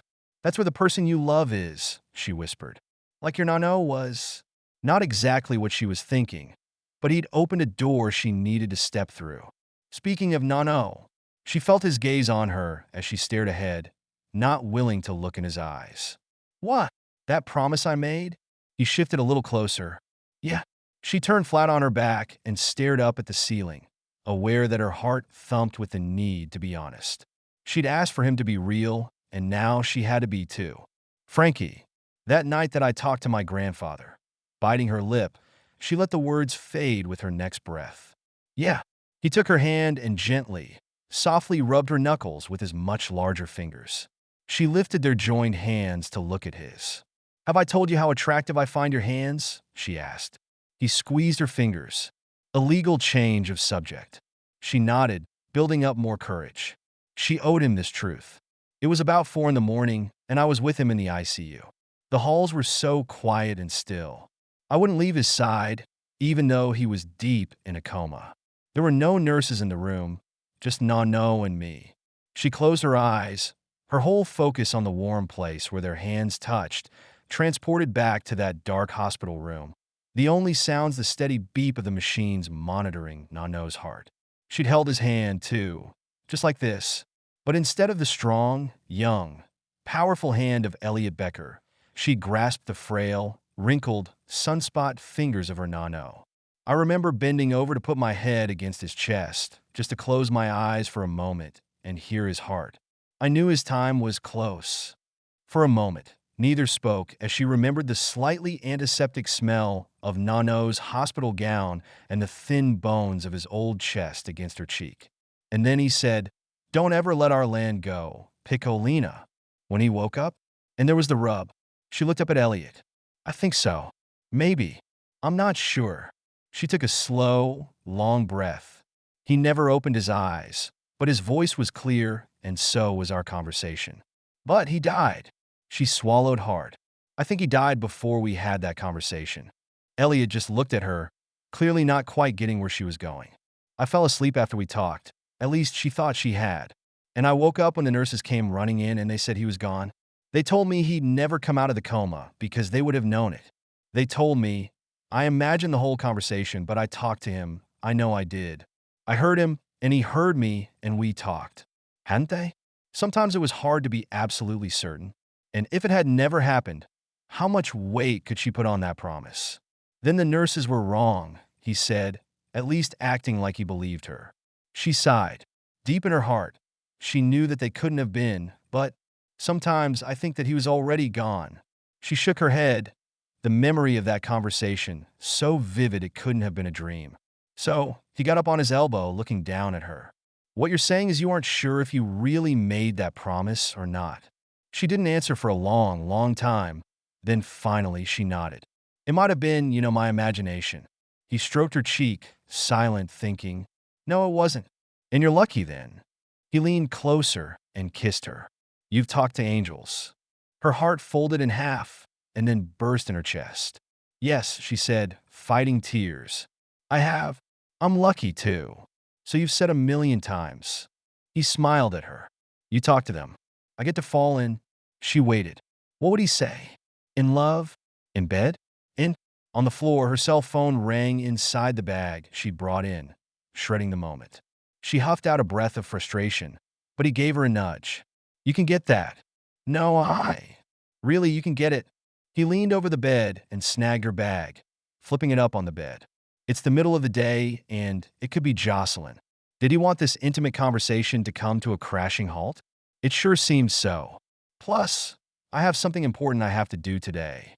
He pulled her phone out of the side pocket and handed it to her, pushing himself off the bed.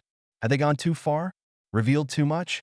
Bewildered, she took the phone and barely glanced at the screen, half registering that it was Liza Lemansky from the county clerk's office. Before she could sit up to answer, Elliott was halfway across the room, and then he disappeared into the bathroom, closing the door.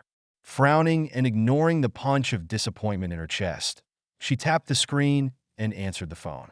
Hi, Liza. If you tell anyone I made this call, I will deny it until they tie me up and hang me in red tape. Any other time, she'd have laughed. But Frankie stared at the closed door and reached behind herself to hook her bra, a flush of embarrassment rising even though Liza couldn't possibly know where she was. Your secret's safe. What's up? I found the will and the property deed. Let's go. And the multimillion-dollar offer from a third party that is set to close in 48 hours. What? I'm not kidding, Frankie. Someone has made a cash offer, and it is going through fast. That Burns guy has a 100% legitimate will that your grandfather must have signed in a moment of weakness. He works for some seedy company that preys on old people who don't have official wills. Is that legal? It isn't illegal if no one contests the will or they unload the property before a family member gets involved. And that's what Burns is doing. He sold it to the highest bidder for so much more than market value. It should be a crime. How much? I don't even want to tell you because I can't stand to hear a grown woman cry. Oh, God. No, how much? More than you can beat, unless you have a few million or 10 stashed away. Who even has that kind of money? She stared at the door. Elliott did. A man who could be unreal. Who's the buyer? She asked, the metallic taste of dread and shame filling her mouth. I can't. Liza, please. You have to tell me. I have a feeling I almost had sex with him. And worse, dreamed of a future. Oh, God, I hate men. Have I told you how much I hate men? Hate. Liza. The name is Becker. Elliott A. Becker. I'm guessing the A is for asshole. Frankie closed her eyes as the blow hit her heart.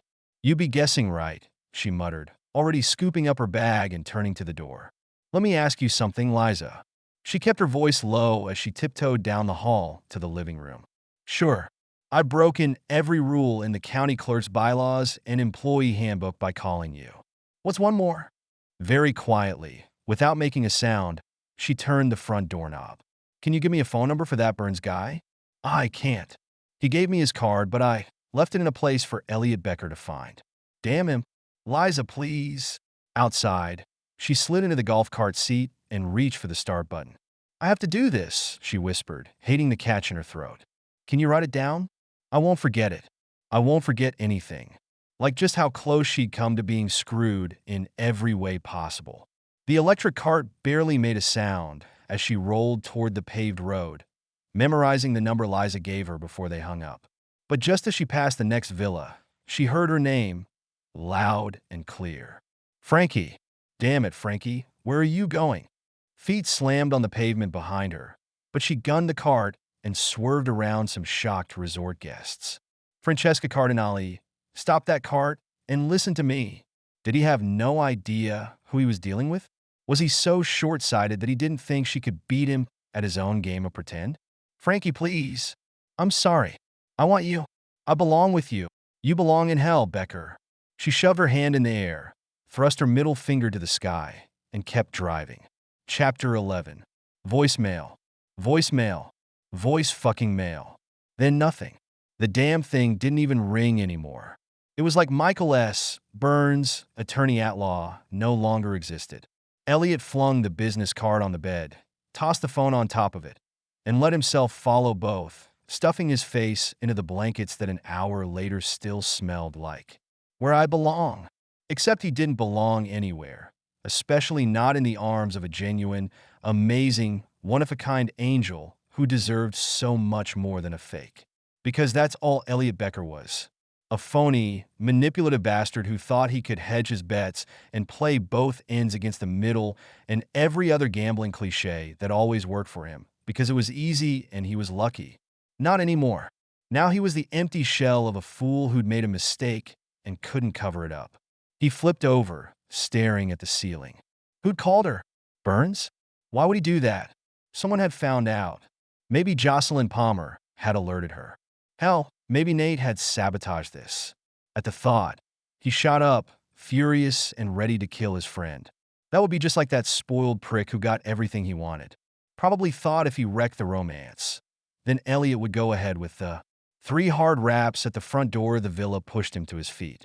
If that was Nate, he might punch the bastard. If it was Zeke, maybe he could help. Elliott had to do something.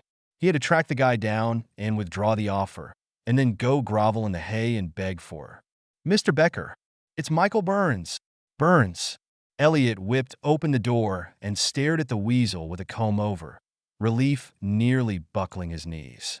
Thank God his luck still held in some regards. Get in here. Elliott grabbed the guy's arm and practically yanked him. I've been calling you nonstop for an hour. Sorry, I was in a bank vault, and that cuts off the signal to my phone. I need to. Here's your check, Mr. Becker. Elliott stared at it, then closed his eyes. This transcended lucky. This was downright miraculous. So you got my message that I wanted to end the deal before you finalized any paperwork? Oh, I finalized plenty of paperwork, sir. The deal went through an hour ago. Shit.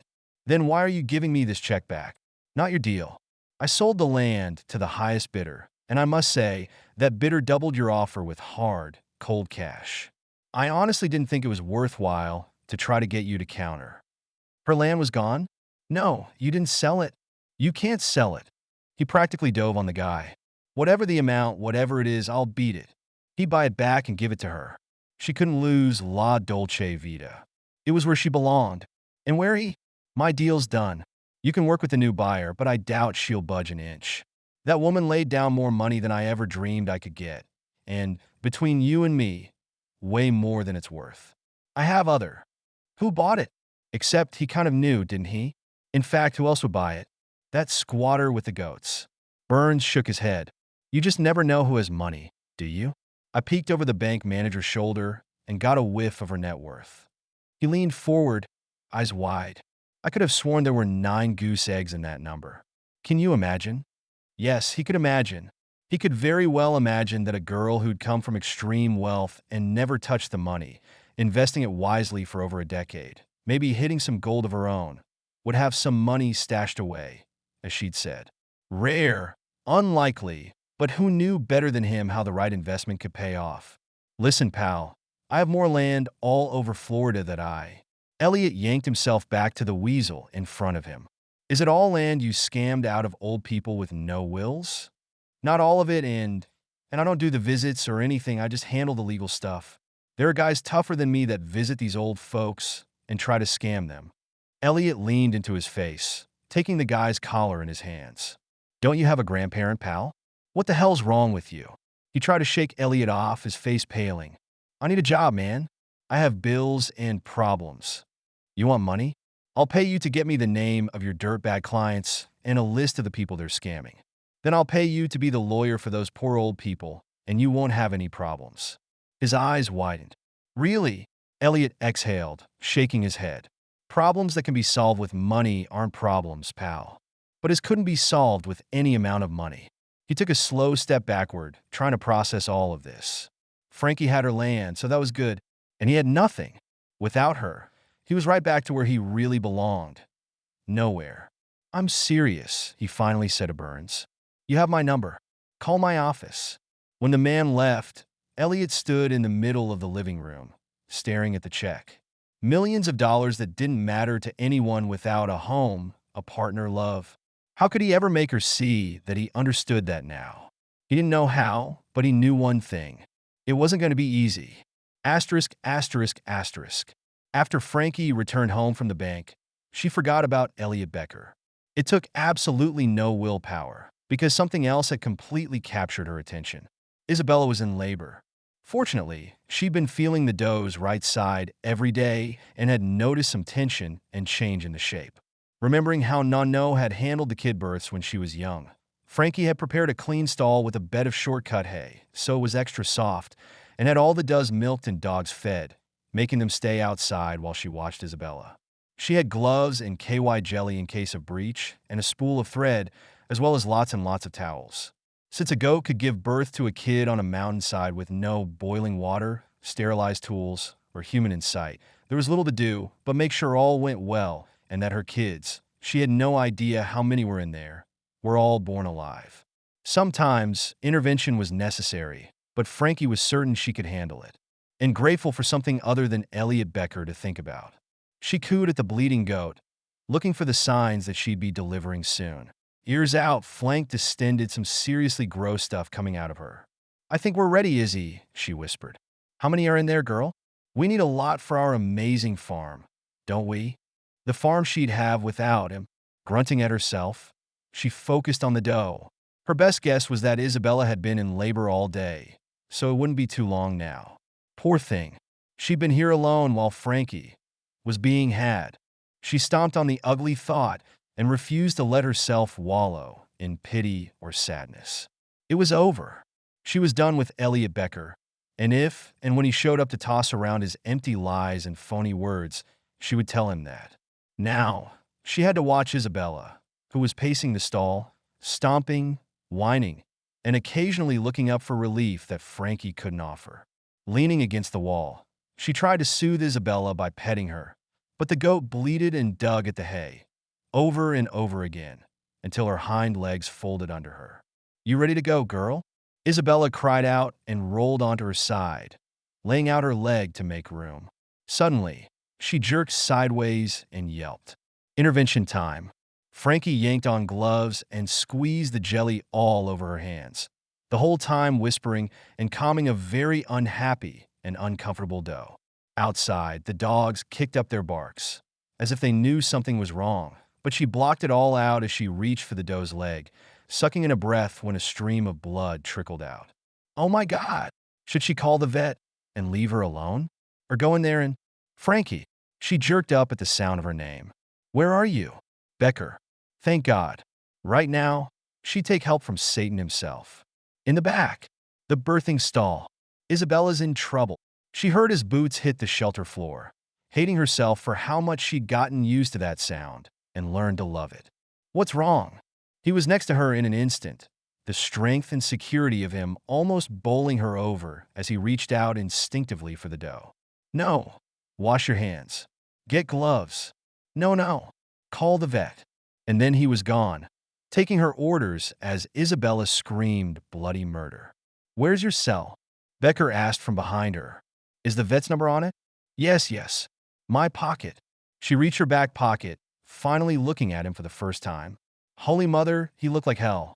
"Here, give me the phone," he said. "What's the name?" Isabella bayed again. Wait. I need to find out if she's breech. Can you hold her legs open?" He was on his knees, gloved hands reaching out with a surprising amount of tenderness, his face next to Frankie's. Like that, he asked. Why did her damn heart slip around like that? She hated him. He'd screwed her, or tried to. Yes. Let me reach in there. She looked up at him, expecting a curled lip of disgust, but he looked at Isabella with sympathy, touching her gently. After a moment, she found the back end of the kid. She's breech. I have to turn the kid. You want me to call the vet? She shook her head. We can do this. She meant I can do this, but there he was, next to her, a partner, a friend, a lover. An asshole who tried to steal my land. No, Frankie. She almost laughed, except Isabella was howling with pain. Sorry. Later. She pushed and prodded, sweat trickling over her face as she made careful, slow moves that wouldn't tear the placenta.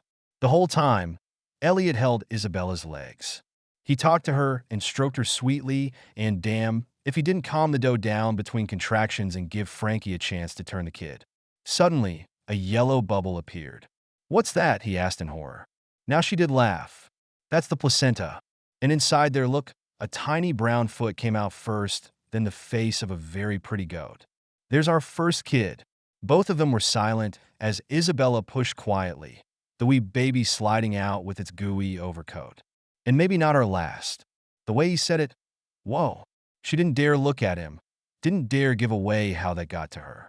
Most times there are two, she said. But there could be 3 or 4 or 5. You ready, cowboy? The rest of a little brown goat plopped onto the hay, making both of them suck in a simultaneous breath. Would you look at that? Elliott whispered, awe and a crack in his voice. Even a goat birth is a miracle. She finally found the strength to look at him again, inches away, his expression all dark and tortured and pained. He returned the gaze, the two of them inches away, but worlds apart. Frankie, he whispered, is there any possible way you'll accept a simple apology? She managed a smile. No, then she turned back to Isabella. But it looks like we got another. And this one's coming out just as it should. Isabella seemed to calm after she had a chance to greet her new baby girl with mama licks. And then she relaxed for the next delivery. Frankie gathered her towels and gently cleaned the kid and got her ready for the tiny warm bed she'd prepared. For now, though, she let the baby stay near her mama. Elliott cleared his throat against the silence. I guess you'll never believe me if I tell you I was going to withdraw my offer. She patted the tiny kid's head. You guessed right then. He sighed. Well, I was. Without answering, she laid a hand on Isabella's leg, feeling it tense for the second delivery. She shouldn't ask questions. She shouldn't give an inch, because this was Elliott Becker, and he'd charm and flirt and tease and lie his way to forgiveness that she had no intention of giving. So why didn't you tell me? She asked, apparently unable to hear the rational voice in her head. I was going to one side. Undone my mistake. He leaned closer, but she refused to look. That's why I didn't. Why we didn't. We did enough, she finished for him. Enough for her to feel like they'd had sex, and she'd offered him her body. And all the time, he'd known he was trying to steal her land. Enough for me to be hurt. I'm sore. She held up her hand and looked at him. No amount of groveling in the world will allow me to trust you again. He closed his eyes as if the words had been a direct hit. I know this isn't going to change things, Frankie, but then don't say it. Just as she shook her head. You really don't need to be here. I need to explain a few things to you. She exhaled slowly, peering down to see the next kid just starting to make an appearance. My friends, Nate and Zeke, we're joining forces to build a baseball stadium and start a minor league team here. Very slowly, she turned her head, the words flowing over her like a bucket of ice. You wanted to build a baseball stadium on Nano's Dolce Vita? Surely, he heard the dismay in her voice. Actually, the stadium's going to be over there, farther west. This land was for the he swallowed hard, parking lot and access road. She actually laughed because how the hell else should she react to that? Why not the men's room? While you're so busy demeaning my precious legacy of land. But we could change that, he said quickly. I've been thinking about a way to change that. By finding some other piece of land on some other island that's owned by some other unsuspecting, lonely, stupid, easily manipulated female. He just stared at her. You're lonely, Frankie? Damn it. No, I'm not, she ground out.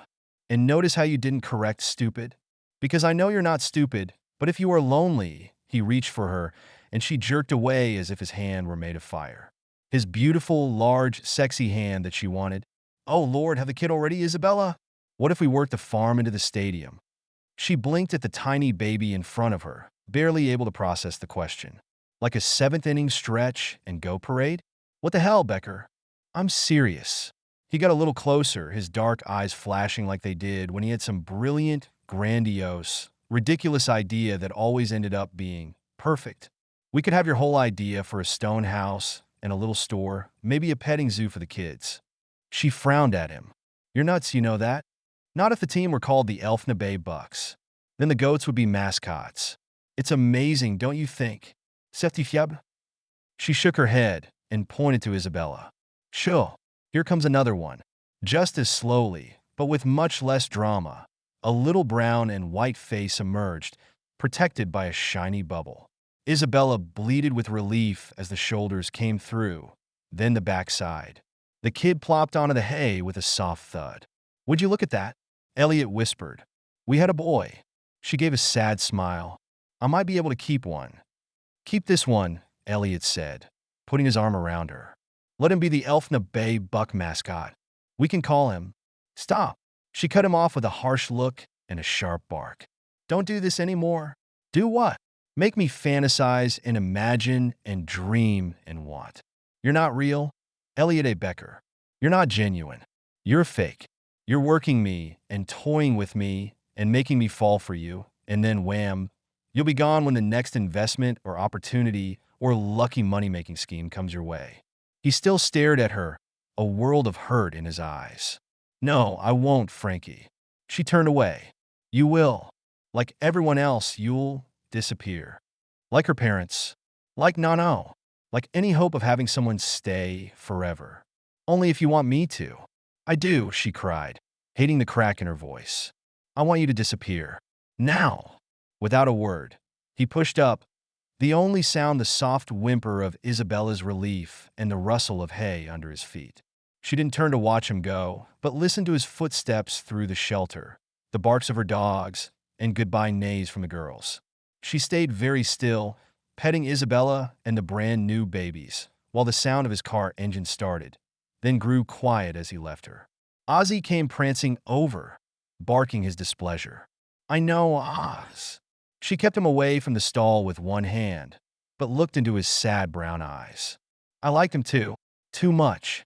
Ozzy made a soft harumph and flattened on the hay, every bit as broken and bereft as Frankie. Chapter 12. 21.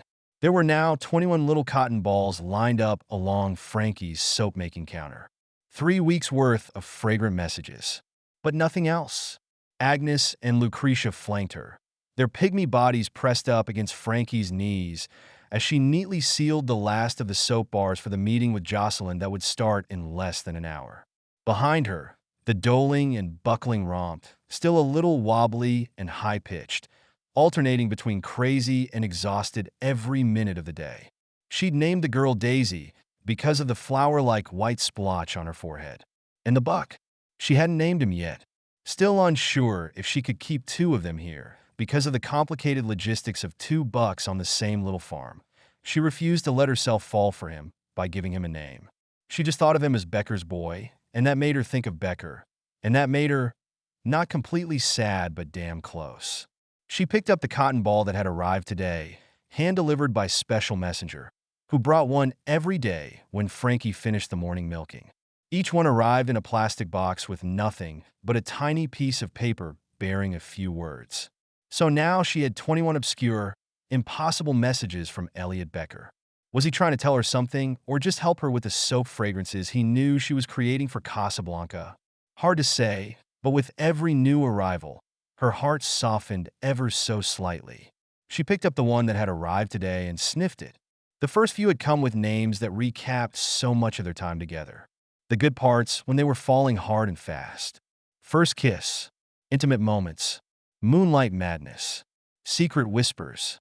The following week, his messages reflected the state of her heart with uncanny accuracy. Tender ache, empty arms, Lonely days. Sleepless nights. What was he trying to tell her with the complex fragrances and cryptic messages? Each one confused and intrigued and delighted her. No phone calls. No texts. No letters or flowers or emails or postcards. Just glorious fragrances and mystifying messages. And this week, the tone had changed again. Now, instead of angst, she got sweet anticipation, hopeful heart, counting hours. And then, today's the most perplexing of them all. Coming home. Home? Her heart raced, but she calmed herself with a slow, deep inhale of the sweetest fragrance he'd sent to date. A marvel of vanilla and oak blend, like nothing she'd ever made before. Maybe he was sending messages. Maybe he was trying to help out. Maybe he was the world's most creative groveler. She didn't care. The fragrances and names were a gift she gladly accepted. She'd recreated every one up until today's, producing a total of 20 new fragrances and beautifully packaged sets of soap she'd wrapped and ribboned and turned into a celebration of romance. Jocelyn would love these, use these, and sell these like crazy. She took a sniff of coming home. She'd make that, but maybe save it for herself. Putting the last of the baskets in the back of her truck, she absently ran a hand over Lucretia's soft neck, rewarded with a loopy goat smile. "Wish me luck, girls." Before she left, she checked on Daisy, and that guy really needed a name, black and shiny as his father. The little buck had a gleam in his eyes and a constant need for affection. She shouldn't get attached, but she reached down and gave him a hug anyway, his baby fur tickling her cheek. "You know I'm going to end up calling you Becker, and will regret it every time I have to say the name." He whined noisily and stomped his tiny hooves in response. A chorus of goats guided her to the pen gate, but before she left, Frankie stood and looked at her little homestead. Her home. It was now, and it was time to build La Dolce Vita. The resort would help get people over here, and she'd already talked to the gardener and head chef about using her goat's milk and selling that too. First step, today's sale. Then tonight she'd be coming home, alone. She climbed in the truck and drove to Casablanca, trying to focus her thoughts on the meeting ahead with Jocelyn, a woman she'd grown to like and trust in the past few weeks. Jocelyn had confided that her father was very sick, with advancing Alzheimer's, and her dream was for him to live long enough to see her baby. She'd also shared the story of how she'd forgiven her father for the sins of his past, making Frankie think long and hard about letting go of the misplaced anger she harbored against her parents. They'd only been trying to do the right thing for her. She had to stop blaming them and their careers for dying and remember that they loved her fully and wholly. The parking lot of the resort was packed, but that wasn't so much of a surprise. Business in the restaurant, Junonia, was booming, and this late in the day, the promise of a gorgeous sunset brought people all the way from the mainland for cocktails and beach walks. Still, she'd never seen it quite this packed. She had no choice but to use the valet service. Otherwise, she would have had to cart all those baskets across the lot. "Here for the event, ma'am?" the valet asked as he opened her door. "I'm meeting with Jocelyn Palmer, the manager of Eucalyptus." "No problem, we'll park it for you. I need to get those baskets out of the back."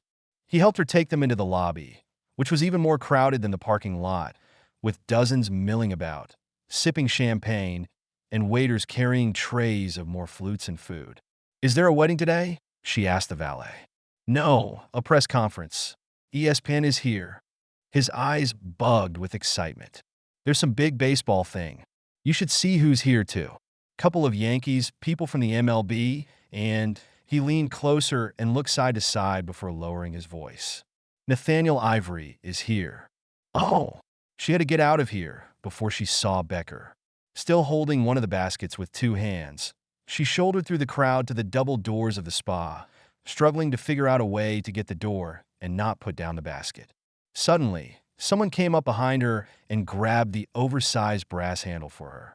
The tightening in her chest squeezed until it crushed her heart as she stared at the hand in front of her. Long, strong, tanned, masculine, and far too familiar. A hand she'd held, a hand that had touched her, a hand that, "Let me help you." She gathered her wits, took a breath, and looked up to meet the very ebony eyes that haunted her every night. "You already have," she said, hoisting her basket a little higher, as if it could protect her from the impact of his size and proximity. Thanks for the poetic and creative ideas. I have one more. His voice was low and intimate, and just a little too close for comfort. I got today's thank you. One more creative idea. Would you like to hear about it? Without waiting for her response, he took the basket she carried and opened the door for her, using his whole body to usher her in. I would not, she said crisply, walking to the wide receptionist desk. Hi. I have an appointment with Jocelyn Palmer. Elliott was right next to her in an instant. She can't meet with you now, but I can. The receptionist let out a soft laugh. Is this the woman you've been asking about? She asked him. This is the one and only. A totally unwanted and undeniable thrill danced through Frankie as she managed a smile. But I have an appointment with Jocelyn. He turned to the other woman and lifted his brows expectantly, giving her a moment to reply. I'm afraid she's canceled that, Miss Cardinale. What? Her husband has asked her to be part of the announcement, and they're doing a walk-through meeting in the private dining room right now. She frowned at Elliott. Aren't you supposed to be in there? I have my own meeting. He put a possessive hand on Frankie's shoulder and gestured toward the hallway that led to the back rooms of the spa. This way. She refused to move. I'm not. She gave a pleading look to the receptionist. Can I at least talk to Jocelyn? I'll try and reach her. You do that, Elliott said. We'll be in her office. He pressed on her back, and Frankie let out a sigh, going toward the doorway she knew led to the spa manager's office. Why are you doing this? She asked. I have to show you something. He opened Jocelyn's office door and guided her to the round table in the corner. For a second, all she could do was stare at what was on the table. It was like nothing she'd ever seen. She stood there and drank in every precious detail of a three-dimensional model of a goat farm. She fell into the closest chair, a fine chill exploding over her skin as she tried to process the absolute perfection of the work. It's part of today's announcement. He stood behind her and placed his hands on her shoulders. Questions bubbled up, but before she could ask anything, she had to just look at it. Someone brilliant had designed this, someone who'd managed to climb into her imagination and nanos and create something that was as beautiful as it was functional. It's a 3D scale model, but she held her hand up to silence him, not wanting any more information while she absorbed what was in front of her. Acres of land with a two-story stone farmhouse that looked like it had been plucked from the hills of Tuscany perched in one corner, looking out over the expanse of a complex that included a large round pen, a bright red shelter and workhouse, and a precious little storefront surrounded by wooden benches and shade trees. A closed-off petting area filled one side, and behind it, a series of larger pens, with a hand-painted sign above them that read, "The official mascots of the Elfna Bay Bucks." That's what we're calling the team, he said, adding some pressure to her shoulders as if he could underscore the importance of that. So we'd love to expand the whole stadium complex to include this visitor's attraction, which we think the families and kids will love. She reached out and touched the gentle curve of a window dormer on the house. Something so precious and inviting, it twisted her heart. Dreamy. In fact, it was right out of one of her dreams. Do you like it? She looked up, over her shoulder. I assume that's a rhetorical question. He laughed, coming down next to her, taking one knee so they were face to face. You, in your $10 words, Francesca. Is this what you want to do with your land? Did I understand what you told me? She searched his face, only slightly more appealing to her eyes than the work of art next to her. Is this supposed to go on my land? That's up to you. This is an optional piece of a master plan that's being announced in. He glanced at his watch. 15 minutes. We can leave this out and build everything to the west of your property with absolutely no infringement on your land at all. Or, he took her hands, and only then did she realize she was shaking. All over. This can be part of the plan. Whose plan? Our plan, Frankie. He lifted her hand and pressed her knuckles to his lips, closing his eyes like a wave of relief and joy rocked him. God, I missed you. She tried to swallow, but a lump the size of, well, a baseball filled her throat. Frankie, I don't know any way. He opened his eyes, which were as shockingly damp as hers felt. I don't know how to tell you in any other way how sorry I am that I hurt you and how much I want. He inhaled a steadying breath, a chance to be with you. A chance to hold you and make promises to you and to be completely real with you. She dreamed of this moment, hadn't she? In fact, it was very possible she was dreaming right now. Just like with Nano. Ignoring the quivering of her hand, she lifted her fingers to his face and grazed the rough shadow of whiskers and the smooth curve of his full lower lip. "You seem pretty real," she whispered.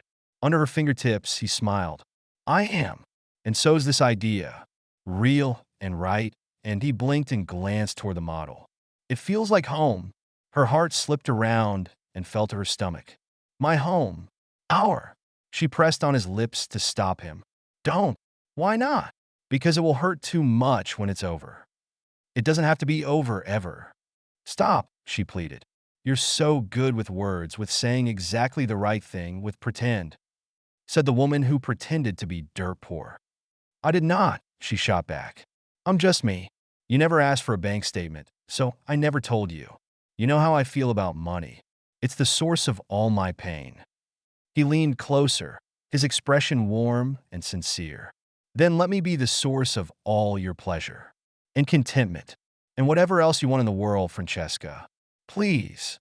She managed a slow but shaky breath. "What are you asking from me? Permission to use my land? We want you to be a partner in the project. And you'll be in charge of—" He reached under the board that held the model and pulled out a miniature banner that he stabbed into the soft, fake grass. "La dolce vita." The sweet life. And wouldn't it be? Couldn't it be? With, did you say, a partner? "I sure did." She swallowed, her mouth surprisingly dry. A business partner?" He took her face in his hands and held her head perfectly still so she couldn't look anywhere but right into his eyes. "A life partner." The door pushed open, and they both backed away to see Jocelyn, who was equally surprised to find her office full, with a man on one knee. Oh, did I, Frankie? Did you see what's going on in the lobby?" Frankie stood, vaguely aware she still held Elliott's hand as he came up with her. "The press conference? Your soaps. Someone opened the baskets you brought and thought they were party favors, and they've been passed around to everyone, and people are asking for more." "Well, I guess that's—" "Good marketing," Elliott supplied. "Sorry we stole your office, Joss." "Not a problem, but your team is looking for you, Elliott. They're ready to start the announcement." He turned to Frankie, anticipation brightening his eyes. "Are you coming? We can easily bring this and add it to the plan." He lifted the corner of the model to show how light and portable it was. She opened her mouth to answer, but nothing came out. Should she risk everything on him again? "I don't know," she said, her voice rough. "I need time to think." He pulled her closer, putting a light kiss on her forehead. "The offer is real. Everything is." With that, he left, nodding to Jocelyn on his way out. "Please tell me I didn't just interrupt the big moment," she said with an awkward laugh when he was gone. "No, a big moment, not the—" She gave herself a little hug, smiling at the other woman. "I don't know what to do," she admitted, surprising herself with her honesty. "You want advice from a pregnant woman who's watched her 3 best friends fall in love like dominoes and did the same thing right after she stepped foot on this island? Really? Kick off your shoes and—" Frankie held up a hand. "Got it? But," she turned to the model, "he's so big on grand gestures, I never know if he's real or not." "Oh, he's real. My husband has been in on a lot of the planning sessions, and he's told me how Elliott's fought for this. The Elfna Bay Bucks was his idea, and he's paid gazillions to buy land around and adjacent to yours so no one had to touch your farm. And he's masterminded this charity program where a portion of every game ticket sold is going to a foundation he's starting called No Kidding that gives goats to families in third world countries to help feed them with goat's milk." She just blinked at her. "I've created a monster. In a good way." Jocelyn laughed. "He's the butt of their every joke, but he loves it because he loves—" She caught herself. "He's a good guy," she added softly. "I'm scared." The admission came right from the heart and didn't even surprise her. She was scared. Scared to love and lose again. Scared to trust and believe and hope. Jocelyn stepped forward with outstretched hands. "You wouldn't be human if you weren't a little afraid. You can't protect yourself from never getting hurt, Frankie. If you try to do that, you'll never live. You'll never know." She gave Frankie a light hug. "I'm going out to the pavilion to watch the show. Want to come?" I'll stay here if you don't mind. Think about it, Jocelyn said as she left Frankie alone. After a moment, Frankie sat down again and stared at the model. It was like he'd climbed into her imagination and her heart and made her dreams come true. All our dreams, Piccolina. She whipped around at the sound, but the room was empty. The door was closed, and she was alone. Nonno. A shudder passed through her, and then a complete and thorough sense of peace and comfort. But there was nothing, no one, not even a flutter in the air. Only the fine line between her imagination and what was real. And then she knew what she had to do. Chapter 13. Elliott stood to the far side of the makeshift platform stage, next to Zeke and their fourth partner, Garrett Flynn, the three of them content to stay out of the limelight. The media weren't here for anyone but Nate Ivory, who, despite his proclaimed distaste for the spotlight, looked damned at home with a ton of it pouring over him. The patio of Junonia was full with media and VIP guests, but Elliott's gaze stayed locked on the doors leading into the spa, his every breath strained as he waited for Frankie. All he wanted was a chance to show her what he was made of, what he could be. But she stayed conspicuously out of sight. He turned back to the reason they were here, the news of the Elfna Bay Bucks. In answer to a question about management, Nate explained that he'd be living in Elfna Bay and supervising the building of the stadium complex and managing the day-to-day logistics of starting a new minor league team. I'm planning to be here a lot, too, Zeke said under his breath. You. Elliott slid him a glance. Not sure yet. Zeke tracked his gaze to the spa door. Did you actually beg? Like a pathetic dog. One knee, till I had carpet burn. I can't believe she didn't go for the goat farm idea. Elliott blew out a noisy breath. I messed up so bad, Zeke. You never know. But he knew. He'd taken his usual, easy, effortless shortcut to get what he wanted, and it had cost him everything. He wasn't quite sure when he'd become so certain that Frankie Cardinale was everything, but it didn't matter. So now he had nothing. Finally, the questions turned away from Nate and back to the Bucks and the stadium complex, and that brought Will Palmer front and center. Thanks to him, they were well connected with the resort, including the talented architect who'd built the place, Clay Walker. Together with Clay, they answered questions about logistics and environmental concerns and how to handle the increased traffic this would bring to the island. All the while, Elliott watched that door, his heart sinking like the sun behind him, lower and lower as each minute ticked by. I have to talk to her, he murmured to Zeke. Now, I have to. Before Zeke could stop him, he shot to the side of the patio deck, trying to stay inconspicuous as he hustled behind the crowd and jogged down the stairs. He pulled the door and swore softly to find it locked. Without giving it another thought, he set off to find another way back into the resort, determined and certain now. It took a full 5 minutes to work through the crowd, back into the lobby, and to the front entrance of the spa. Without even glancing at the receptionist, he marched right into the management offices, yanked the door open, and stared at nothing. She was gone, and so was the model of La Dolce Vita. For a second, he couldn't breathe, his pulse slamming against his temples, a band of disappointment clamping his chest. Shaking his head, he stood in the doorway and let the power punch of regret and disappointment pound him. He didn't want to live without her, but she clearly felt differently. Taking one step inside, he fought a sting in his eyes and a lump in his throat. Next time he'd be real. No matter how hard it was, he'd never fake his way through anything again. If nothing else, that's what a week on the goat farm had taught him.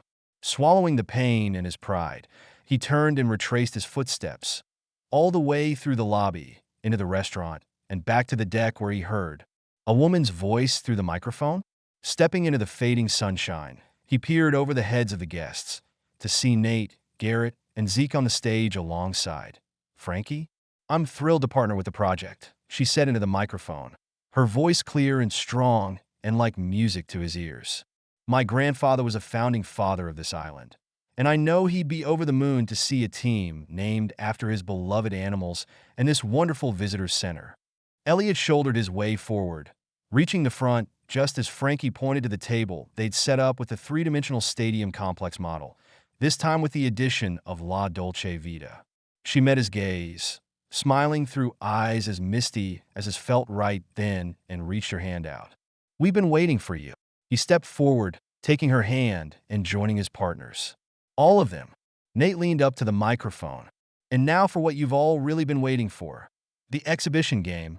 You know we have players from 5 different major league teams and our own softball team for a game of sandlot. He pointed to the beach where a large area had been cleared for a makeshift ball game. And I do mean sand. A cheer went up, mostly from the other guys on the Niners who'd come down for the event, but Elliott barely heard. Instead, he gripped Frankie's hand. "Partner," he asked. "Not only that," she said with a smile, lifting her hand to slide on a baseball cap with a stylized end. "I qualify to play on your team." He reached to hug her, but Nate gave his shoulder a slam. "No kissing. We gotta win this game." "He hates to lose," Elliott told her. "So we'll kiss later." "Damn right we will, Becker." "Frankie, you did it." A beautiful young woman sidled up to Frankie, her arms outstretched. "I'm so happy for you." Frankie hugged her, laughing. "Thanks for breaking the rules, Liza." She turned to Elliott. "You remember Liza Lemansky, the great unraveler of red tape." In a flash, Nate was next to him, his focus on the beautiful blue-eyed brunette. "I like a woman who can unravel." Liza didn't giggle or flush or toss her hair like most women when Nate Ivory zeroed in on them. Instead, she pinned him with a dead serious look. "Good," she said, "because I've come to do a little unraveling." Elliott looked skyward and finally got his arm around Frankie, pulling her into him and taking her down to the beach. "What changed your mind?"